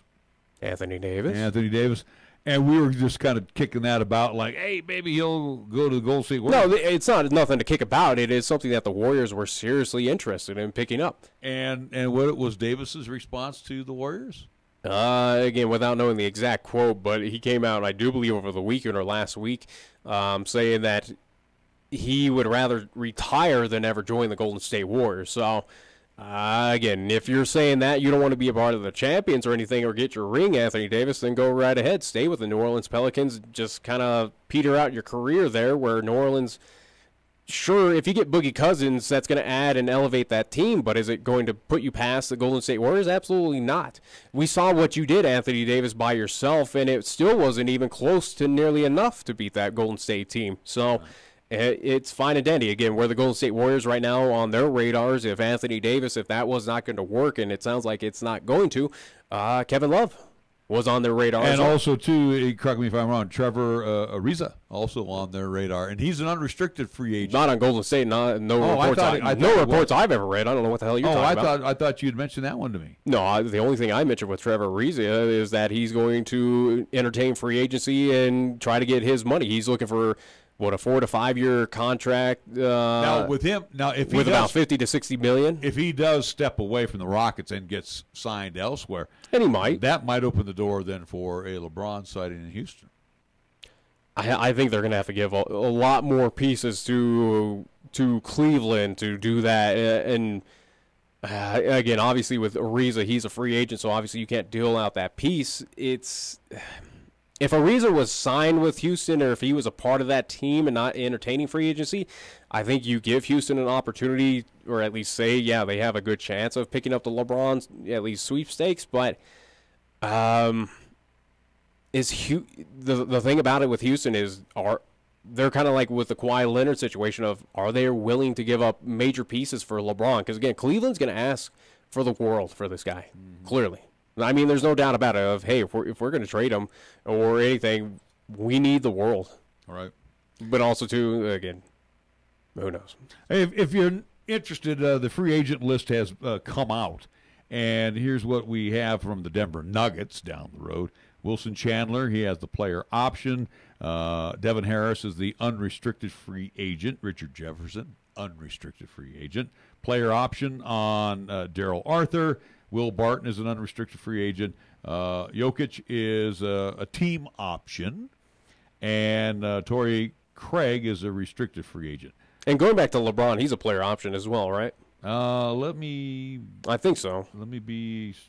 Yes, he is a player option. So then trades would not even matter at this point. And K-Love is a player option for next year. Well, and again, K-Love is being trade talks right now with Golden State of bringing him in, so we'll see what happens with that one. But going back to LeBron, obviously now with at least remembering that he's a player option, obviously trades do not matter at this point in time. It is, you're going to have to move pieces around to get him paid, right? Obviously, and I mean dumping off Ariza, that's certainly money there that they can deal with, but who knows? And Who really knows? Then I was just looking at the Warriors there. The only player option is Durant. All signs of showing that, and he even admit that after the end of the finals, he's going to stay with the Golden State. Nick Young, Zaza Pachulia, David West, JaVale McGee. Okay, so Kevin Looney and Patrick. McCaw? Stop at Looney. They're all unrestricted free agents, and then Patrick McCaw is a restricted free agent. So there you go. But if you look at that for the Warriors, again, Pachulia, get the hell out of here. Who cares? You're awful anyways. That's why they're looking at getting Kevin Love. They're looking to replace you. David West, all signs are showing that he's going to call it a career. Yeah, he's had a good career. There's no doubt about it. That might happen. We'll see what happens with that. If he does return, maybe Golden State signs him on for 1 year for kind of cheap money. Who else? Swaggy P, again, Nick Young, who cares? He got his championship. He's had a solid career. Maybe he just kind of goes off and rides off in the sunset, or who knows? Yeah, but if McGee re-signs, they're going to sign him cheap. No, there's no doubt about it. Yeah, I mean, but if you lose playing time, if you lose McGee, I mean, it's a tough one. He is a good bench player. I mean, we saw what he did there in the finals. So, will he get cheap money, or will he ask for a little bit more? It will be certainly telltale sign. Again, he might be a part of that trade deal with Kevin Love if that does flourish.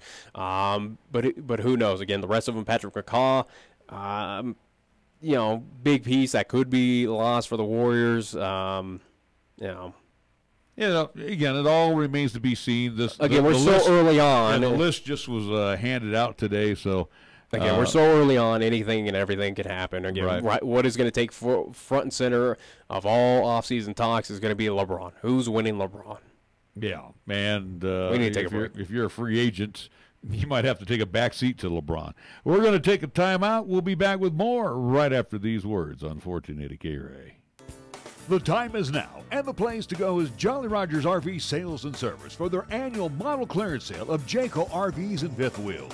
This is your year to travel the countryside, and what better way with your Jayco RV from Jolly Rogers RV Sales and Service. And to put you on the road today, save 30% on their annual model clearance. Their savings are always the best on whatever model you select. Come see and take home your favorite today when you buy from Jolly Rogers RV Sales and Service at 6102 East Highway 30 in Cheyenne, or go online to jollyrogersrvs.com.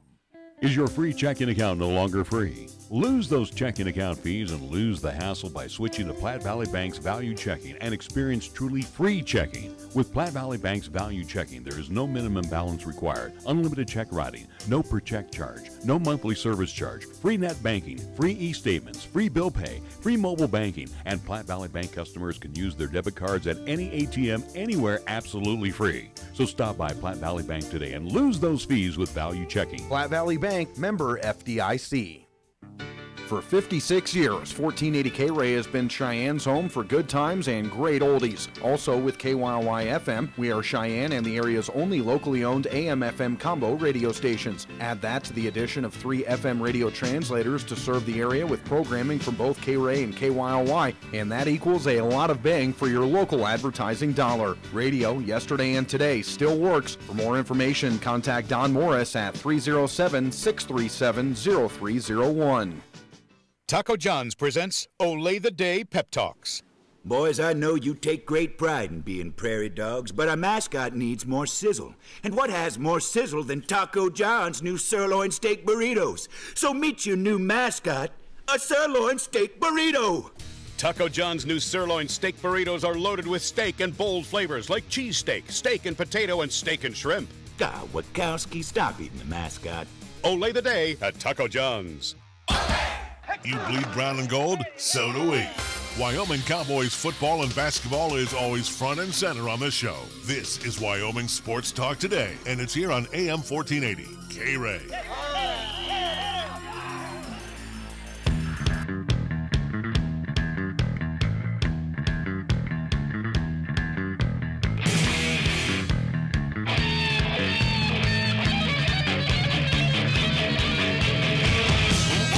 Well, the golf course at Shinnecock, I'll tell you what, in Southampton, New York, on days 3 and 4, just kicked some serious butt, except for one Tommy Fleetwood, who carded a 7-under 63 yesterday, but that was one shot less than Brooks Koepka, who won back-to-back U.S. Opens. So he cards a 1 over par. 1 over par. You realize this segment's all on you, yeah, right? Because you can care less. But for Koepka winning yesterday, $2.16 million by winning the U.S. Open. Fleetwood finishing second. Dustin Johnson, who was, subpar through the first couple of days, ballooned on Saturday to a 77, shot even yesterday. He finishes 2 shots back. Looking at some other names of interest, Zach Johnson, he finished tied for 12th at +8. I mean, the golf course was the winner over this tournament. Ricky Fowler, 11 over par. Just running down some more names that got blistered by this golf course. All stuff you could probably find online. Mark Leishman, 15 over par as he finishes tied for 45th. Tied for 48th, Phil Mickelson, 16 over par. Tied for what now? Tied for 48th. Okay, why are we mentioning his name? Phil Mickelson. Just thought I'd throw it out. I'm just saying names of interest here that were in. If he's tied for 48th, I don't really think that's a name of interest right now.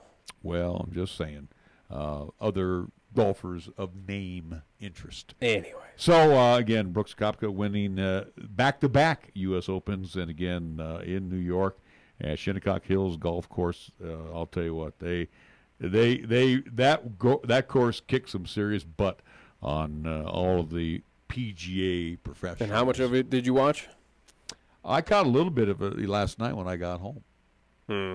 So before you flipped it over to wrestling. I was watching. There's nothing wrong with that. Well, again, that took precedent, especially now with wrestling going on. I think now an hour extra. At least now it's an hour longer than what it's used to be. So, go right ahead. Anyway, so just throw that out there. Then we're going to move on to the National Football League because he had an interview with Oprah Winfrey. Oh, boy. Who? Tom Brady. So? Tom Brady says, Why are we talking about this? What did he have to say? He still wants to play. Wow. But he sees, breaking news, folks, ladies and gentlemen. But he sees retirement getting closer because of family and kids growing up. He's going to be 41 this year. Again, breaking news. Tom Brady wants to play, and he's getting older because of kids, and he wants to retire soon. That's what we've been saying for however long. Again, this is a guy who's not looking to slow down anytime soon. He's a champion. He has tools built around him. He can take teams to that Super Bowl. We've seen it many times. It doesn't matter who is around him. He can get it done. He's not slowing down anytime soon. He's going to retire when he wants to. It's not because of age or anything. It's going to be, hey, I've done everything I need to do. I'm going to go and spend some time with family. There's nothing wrong with that. We've kind of anticipate that this guy, Tom Brady, has no sign. There's nothing about him that says he is done near the end of his career. No, he's still motivated to play. I mean, hell, you look at him, it doesn't even look like he's 40 or anything approaching. He looks young. He looks. Again, he is one of the greatest. He can compete with the younger guys. There's no doubt about it. He's in great football shape.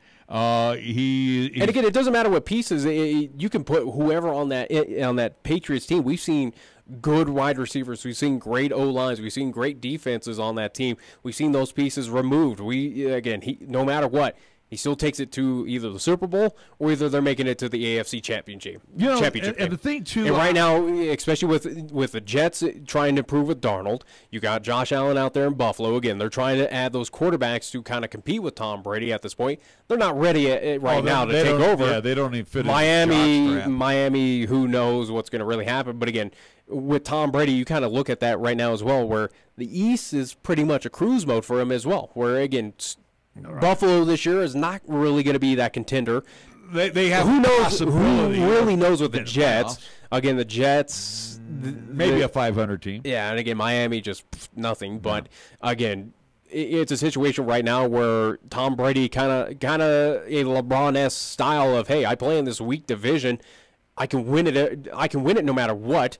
So it's easy. It's really easy for him to get it done. Well, the thing too that with Tom Brady and I liken him to the situation that it was in San Francisco years ago. Whether you think, oh, bro, man, you're crazy here, but the relationship that Joe Montana had with Bill Walsh, that was an exceptional. Again, Bill Walsh was the mentor to Joe Montana. I think that relationship with Belichick to Tom Brady, where Belichick is a mentor to Brady, still. Yeah, there's no doubt about it. And I think they have a great working relationship. That's why I think they've had it since the draft, or at least since he was drafted. I'm just saying though, that relationship it kind of filters down to the rest of the team. Like you said, all the pieces are in place for Brady, but knowing that these two think alike, do the same things, work well together, I think that always works into extra wins for that ball club when they shouldn't win. So again, any winning formula, I would think that's how you get it. You don't mess with it. Yeah. So why would you? Again, is there anything to disagree with that? Absolutely not. Again, Belichick is a proven winner. He wants winners. He's got one in Tom Brady. They kind of think the same mentality of, hey, let's play football. Let's not mess around. Let's get it done. Again, don't need to do anything flashy. Hey, media, who cares? And let's just get it done. Let's get wins. And whether Brady plays 2 more seasons or 4 more seasons, he plays till he's 45. I don't care. I mean, Bartolo Colon is still throwing pitches. Again, the guy could probably play till he's 50. Again, he's not dealing with a Peyton Manning-esque kind of shoulder injury or anything. The only injury that Tom Brady has had, major injury, has been that knee. Yeah. And you know what? That happened. And how it many seems years like ago? it's fine now. Yeah, and he's not showing any signs of that knee bothering him. Does Yeah, he but take off again, and you run compare, like you he compare used to an No. older Peyton Manning dealing with his injury. You saw that in especially that Super Bowl year where, again, it looked like it was starting to feel do its effects after Age started to show Yeah. on Peyton. There was no doubt about Tom Brady doesn't look like that anytime soon. Again, where that's why you could probably entertain. He could go on for probably 5-6 years. It would not surprise me going into his late 40s of going, yeah, he's still playing. He's probably still playing pretty well as well. Again, it would not surprise me. He is that type of player. And, with everything that he's said on Oprah, as much as who cares, but again, it's no surprise. It's what you kind of expect out of this guy is, yeah, he's going to retire when he wants to. He's going to retire when, take some time for the family. Right. There's nothing wrong with that. Nope, not at all. Well, like I said, he can play as long as he wants, and he's going to. As long as he plays, you can bank on New England getting into the playoffs. That's all. I think there's no doubt about that. Again, it doesn't matter how old he is. Clearly, again, with what pieces he has in front of him, he knows how to get it done. He still gets it done getting him into the Super Bowl. Now, winning those championships, that's kind of here or there, but he can still get them too. A good football coach who has passed away, but had some good seasons. A matter of fact, as I was talking about Bill Walsh, worked under Bill Walsh. And again, Bill Walsh sent off a lot of coaches to be head coaches in the National Football League. The late Dennis Green will be inducted into the Vikings Ring of Honor at halftime against the Buffalo Bills Vikings game, September 23rd at U.S. Bank Stadium. Green coached the Vikings from 1992 through 2001, coached 171 games in 10 seasons, had a 101-70 record, including playoffs, finished with the second most victories in franchise history behind the legendary Bud Grant. Green, who died in July 2016, led Minnesota to 4 NFC Central Division titles, 2 appearances in the NFC Championship game. His 1998 team featured one of the best offenses in league history. That group scored 556 points in 16 games. That was an average of 35 points per game. That's an NFL record that has since been broken. Obviously. Just wanted to throw that out there. Denny Green being admitted to the Ring of Honor for the Minnesota Vikings. We're going to take a timeout. We'll come back. We got more after these words right here on 1480 K-Ray. Is your teenager ready to drive? Come on, Mom. Let's go. Sorry, you're not ready to drive yet. What? Come on. You need to complete a driver's ed class first. The Wyoming-Montana Safety Council offers a complete driver's education program taught by Tim Woodard, former Laramie County School District's driver's ed teacher. Classes are starting soon. Please call 635-4592 to sign up or go to wmsafetycouncil.org. Wyoming-Montana Safety Council. Think safe, live safe. You can actually get something good for your health at a drive-through window. When you order your next prescription from Medicap Pharmacy, call ahead and use our drive-through window. Or you can call for free delivery. You can even log on to Medicap.com and order a prescription refill. Your Medicap pharmacist will call you to make arrangements for pickup or delivery. Medicap Pharmacy will always make time for you. Medicap Pharmacy, 1947 Bluegrass Circle, next to Texas Roadhouse in Cheyenne. Or call 635-3712. We are the key to your cleaning success. The Key People that provides affordable office and professional cleaning services for over 40 years with exceptional customer care. All of our contractors have background checks and are licensed and bonded. We guarantee you a safe and secure service that is tailored to your individual and business needs. The Key People do not impose year-long contracts, and all quotes are free, confidential, and personalized.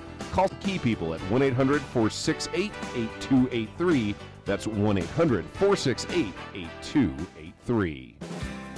John Mason here for Lincoln Way Liquor. I want to thank Cheyenne for helping us grow during our first year of business. We have over 5,000 new customers in our database in just 13 months. Our customers love our low prices, free ice, 2% credit for future purchases, and some really friendly service. And we always have 16 weekly specials on beer, wine, and liquor. We ask you to compare Lincoln Way Liquor, 2825 East Lincoln Way. We're not the largest, but we might just be the best. We're taking Cheyenne, Wyoming Sports Talk Radio to a whole new level. This is Wyoming Sports Talk Today. Don't look at me. I think these people are completely nuts. Stop this crazy thing! And it's only here on AM 1480 K-Ray.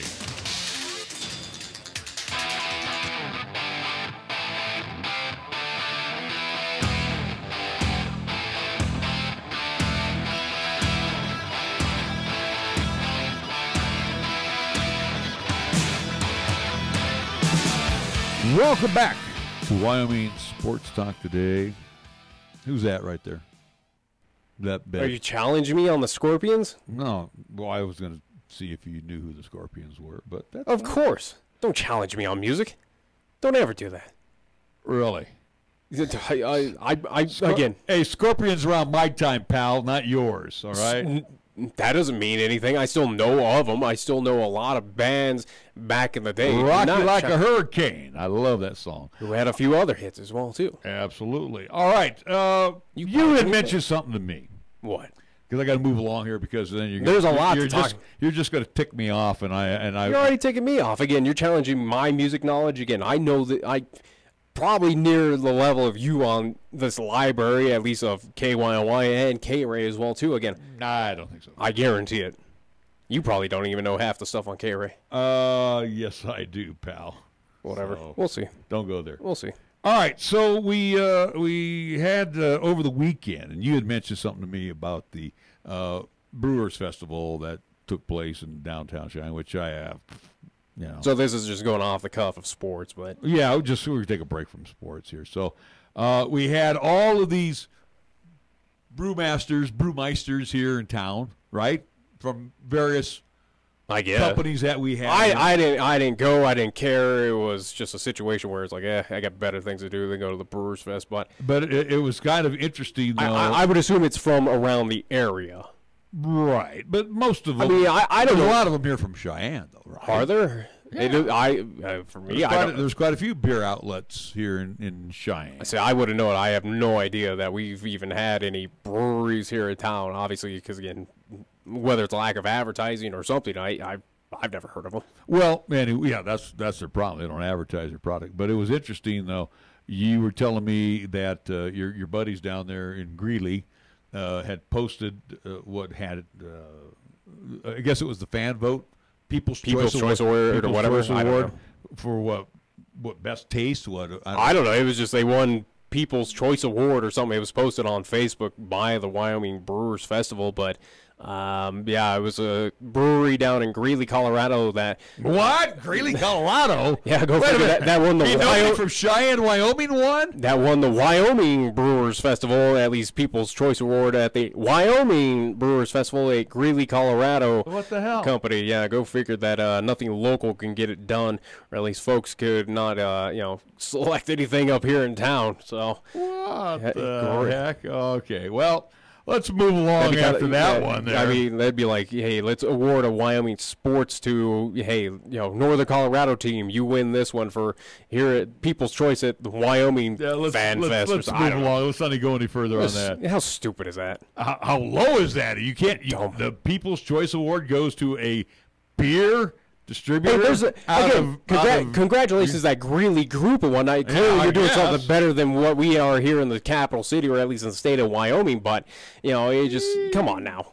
You're at a Wyoming themed state. Again, a Wyoming Brewers Festival that's held, and nothing local can get it done. Come on now. That's exciting. How pathetic is that? Let me tell you, that's real exciting. All right, so let's talk. You want to talk to me about this what did you say it was? You know what esports are. Don't play stupid with me. Okay. Well, I just wanted to go along. Well, and this is something we could probably get Brady on or whoever else down there in Colorado, but it is a situation right now with the Colorado High School Athletics Association down there. They are looking to add esports to at least athletics, or again, activity association where you are able to whatever high school does pick it up, where you can letter in it, like a football, like a basketball, you can letter in esports. I can also get scholarship money, as I do believe some colleges do offer that. And again, esports, in all respect to it, it is something where you watch these tournaments and you watch these are national things, they're worldwide events. They are bringing and garnering millions, if not around peaking, nearly. It is $1 billion industry, but it is where these prizes, at least winnings, are approaching millions of dollars for these tournament winners, whether it's teams or individuals. It's an interesting situation that Colorado is getting into. I don't fault Colorado for it. It is kind of a little weird. It's kind of evolving with the times. Weird. Not really. Again, with this, it's all about money. It's all about the industry. Again, you got to go with the times. And again, this is a billion-dollar industry. It is something where you can make a career out of it. We've seen people who are, again, millionaires because of this. They are champions. They are winning tournaments around the world. It's not just here it is in Colorado or the state of Wyoming. No, this is, events are being held in Seoul, South Korea, or in Las Vegas, Nevada, as they usually do every summer. It is something that is worldwide at this point, and it does garner viewership as well, too, especially with how internet does work, as we are live on Periscope and YouTube right now, again, with those mediums, also to Twitch, again, a few other outlets that do have that opportunity for fans to watch into that, and with ease as well. It's for Colorado, for me on my stance, again, as I am a video game player and I have respect, I've watched these esports tournaments.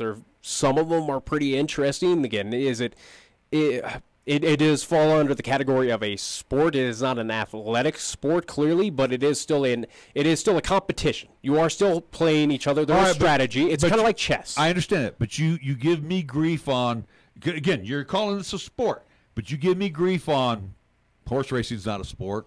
Auto racing's not a sport. No, I wouldn't say auto racing isn't. It's horse racing to me is more, again, it's an activity. To me, again, it's not an athlete. This to me is it's not a sport. It's an activity. Well, again, that's why it's called the It's Athletics and Activities Association. Again, high school act. Okay, all right. I mean, it is for. When we went back to that classification of a sport, it is still a class. It is still a competition. You are aiming to win something. Again, that's why we do see universities. Even my time out in Las Vegas, UNLV did have an esports team as they were competitive.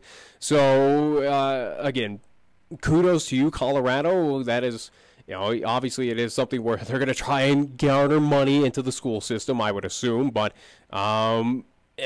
maybe. Do we ever see it come to the state of Wyoming? I really doubt it, especially how far behind half the stuff we are in this state, excluding this city. But again, I give credit to Colorado for that. It's kind of evolving with the times. You give people options. And it gives also to students who may not be on the athletic side, but hey, you can be good at strategy. You're good at completing these games, competing in these competitions, and being the at least being the number one person. You give those opportunities to those kids who have that chance now to garner scholarship money to move on to universities where athletes, or at least football, basketball players, are. Now, for the so-called nerds or whatever, again, you have that opportunity for them to also garner scholarship money to assist them to move on to, colleges. And I think that's all right. There's nothing wrong with that. No, it's right? I guess it offers.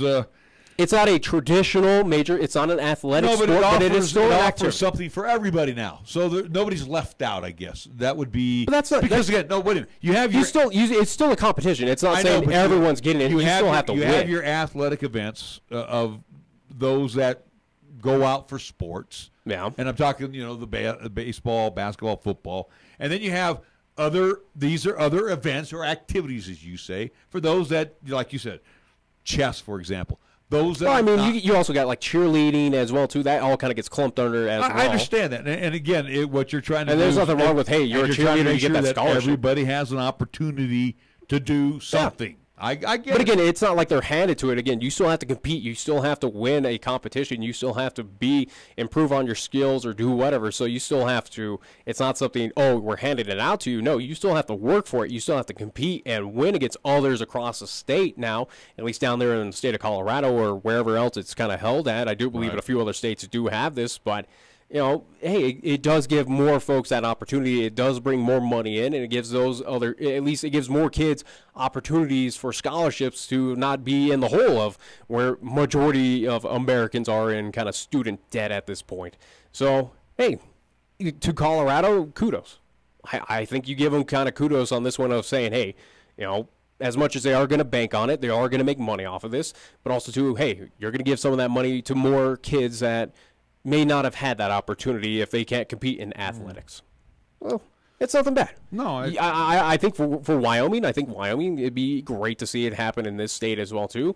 And will it happen? We'll see. I mean, it took however long to get a lottery here.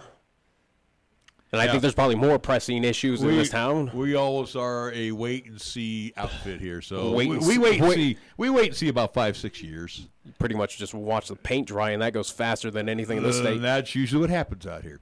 All right, we got to wrap things up. We want to remind you coming up, we will have Red Skelton Times 2, 8 until 9 tonight, and then Suspense Theater from 9 until 10. It's the Golden Age of Radio Theater coming up here in a little bit on 1480 K-Ray. Of course, we have music up until that time, the best of the 50s and 60s, and that'll be inside your radio. Before we say adios and close down our program, we always like to shoot it back to Nick because he has something that happened on this date in history. Let's see what he has. Well, I have something here in front of me. We'll see if you get it. June 18th, we'll go back to the year 1960. This... how do I put this? So with recent events, or at least this past weekend, it kind of goes along the same line. It happened down in Denver that this athlete did this in a tournament. Arnold Palmer won the U.S. Open in Denver. What did he shoot? I don't know. You first you asked me the question. You try to. Well, I didn't want to give you everything. You didn't give me everything. I guessed it on my own. I gave you Denver, and that was probably no, because think about where the tournament's at. The tournament's like in New York, or they have it in San Francisco. This is 1960. Yeah. Well, where at in Denver? I have no idea in Denver. Well, all right. So again, it was 58 years ago. I'm 61. I don't know. Or I'm 60, almost 61. Yeah, you were around that time. So anyways. I was living in California. I didn't even know about Denver back then. Whatever. There's no excuses. June 18th, 1960, it was the 60th U.S. Golf Open. Arnold Palmer did shoot a 280 at Cherry Hills. Cherry Hills Country Club. All right. Well, that's good. The legendary Arnold Palmer. I'm just happy that I got Arnold Palmer right. Well, I think back in that day of who's winning majors at that point in time, I think it's not a bad name to toss out. Well, back in that time, you could throw in the names of Gary Player, Jack Nicklaus, Arnold Palmer. But who is legendary? Who was winning them more often? Who has the most? Arnie in the Army. There you go. Most definitely. All right. Well, we got to wrap things up here. And, again, we're back tomorrow. What? Anything special? I'm not going to announce anything anymore. Again, they'll know on social media sides. Again, that's why you got to tune in 3 to 5 to see who's going to be joining us. We're going to have a few guests. But yeah, what he said. Nah. All right. Why not? Again, to not give our competition any kind of advances on anything. I thought you always said we don't have any competition. That's true too. All right, so there you go. So, all right, so we'll have Rick Thompson on tomorrow with the Cheyenne Mustangs. We'll talk about a tournament coming up, and also to a camp, or at least a clinic that they'll be having on Wednesday as well. So we will have him in studio and maybe a few others. And speaking of the tournament, we want to congratulate again Ty Lane and the Post Sixers for a big win. Did reach out to Ty. He wasn't able to join us last week, but he's hoping to this week. He still haven't heard back from him, but all signs. But again, they had a wonderful tournament, so congratulations. Well, and they're getting the thick of things as well too. They're at the halfway mark, and they're preparing for state tournament and everything else coming up. A lot of stuff, a lot of good baseball on the way. All right, on behalf of the Wyoming Sports Talk Today crew, me and him across the way. What crew? We are the crew. Larry Perlotti, Nick Perlotti. Everyone can see who's working on this thing. It's me. We say good evening. Have a fantastic night. We are back at it again tomorrow from 3 until 5 right here on 1480 K-Ray. This is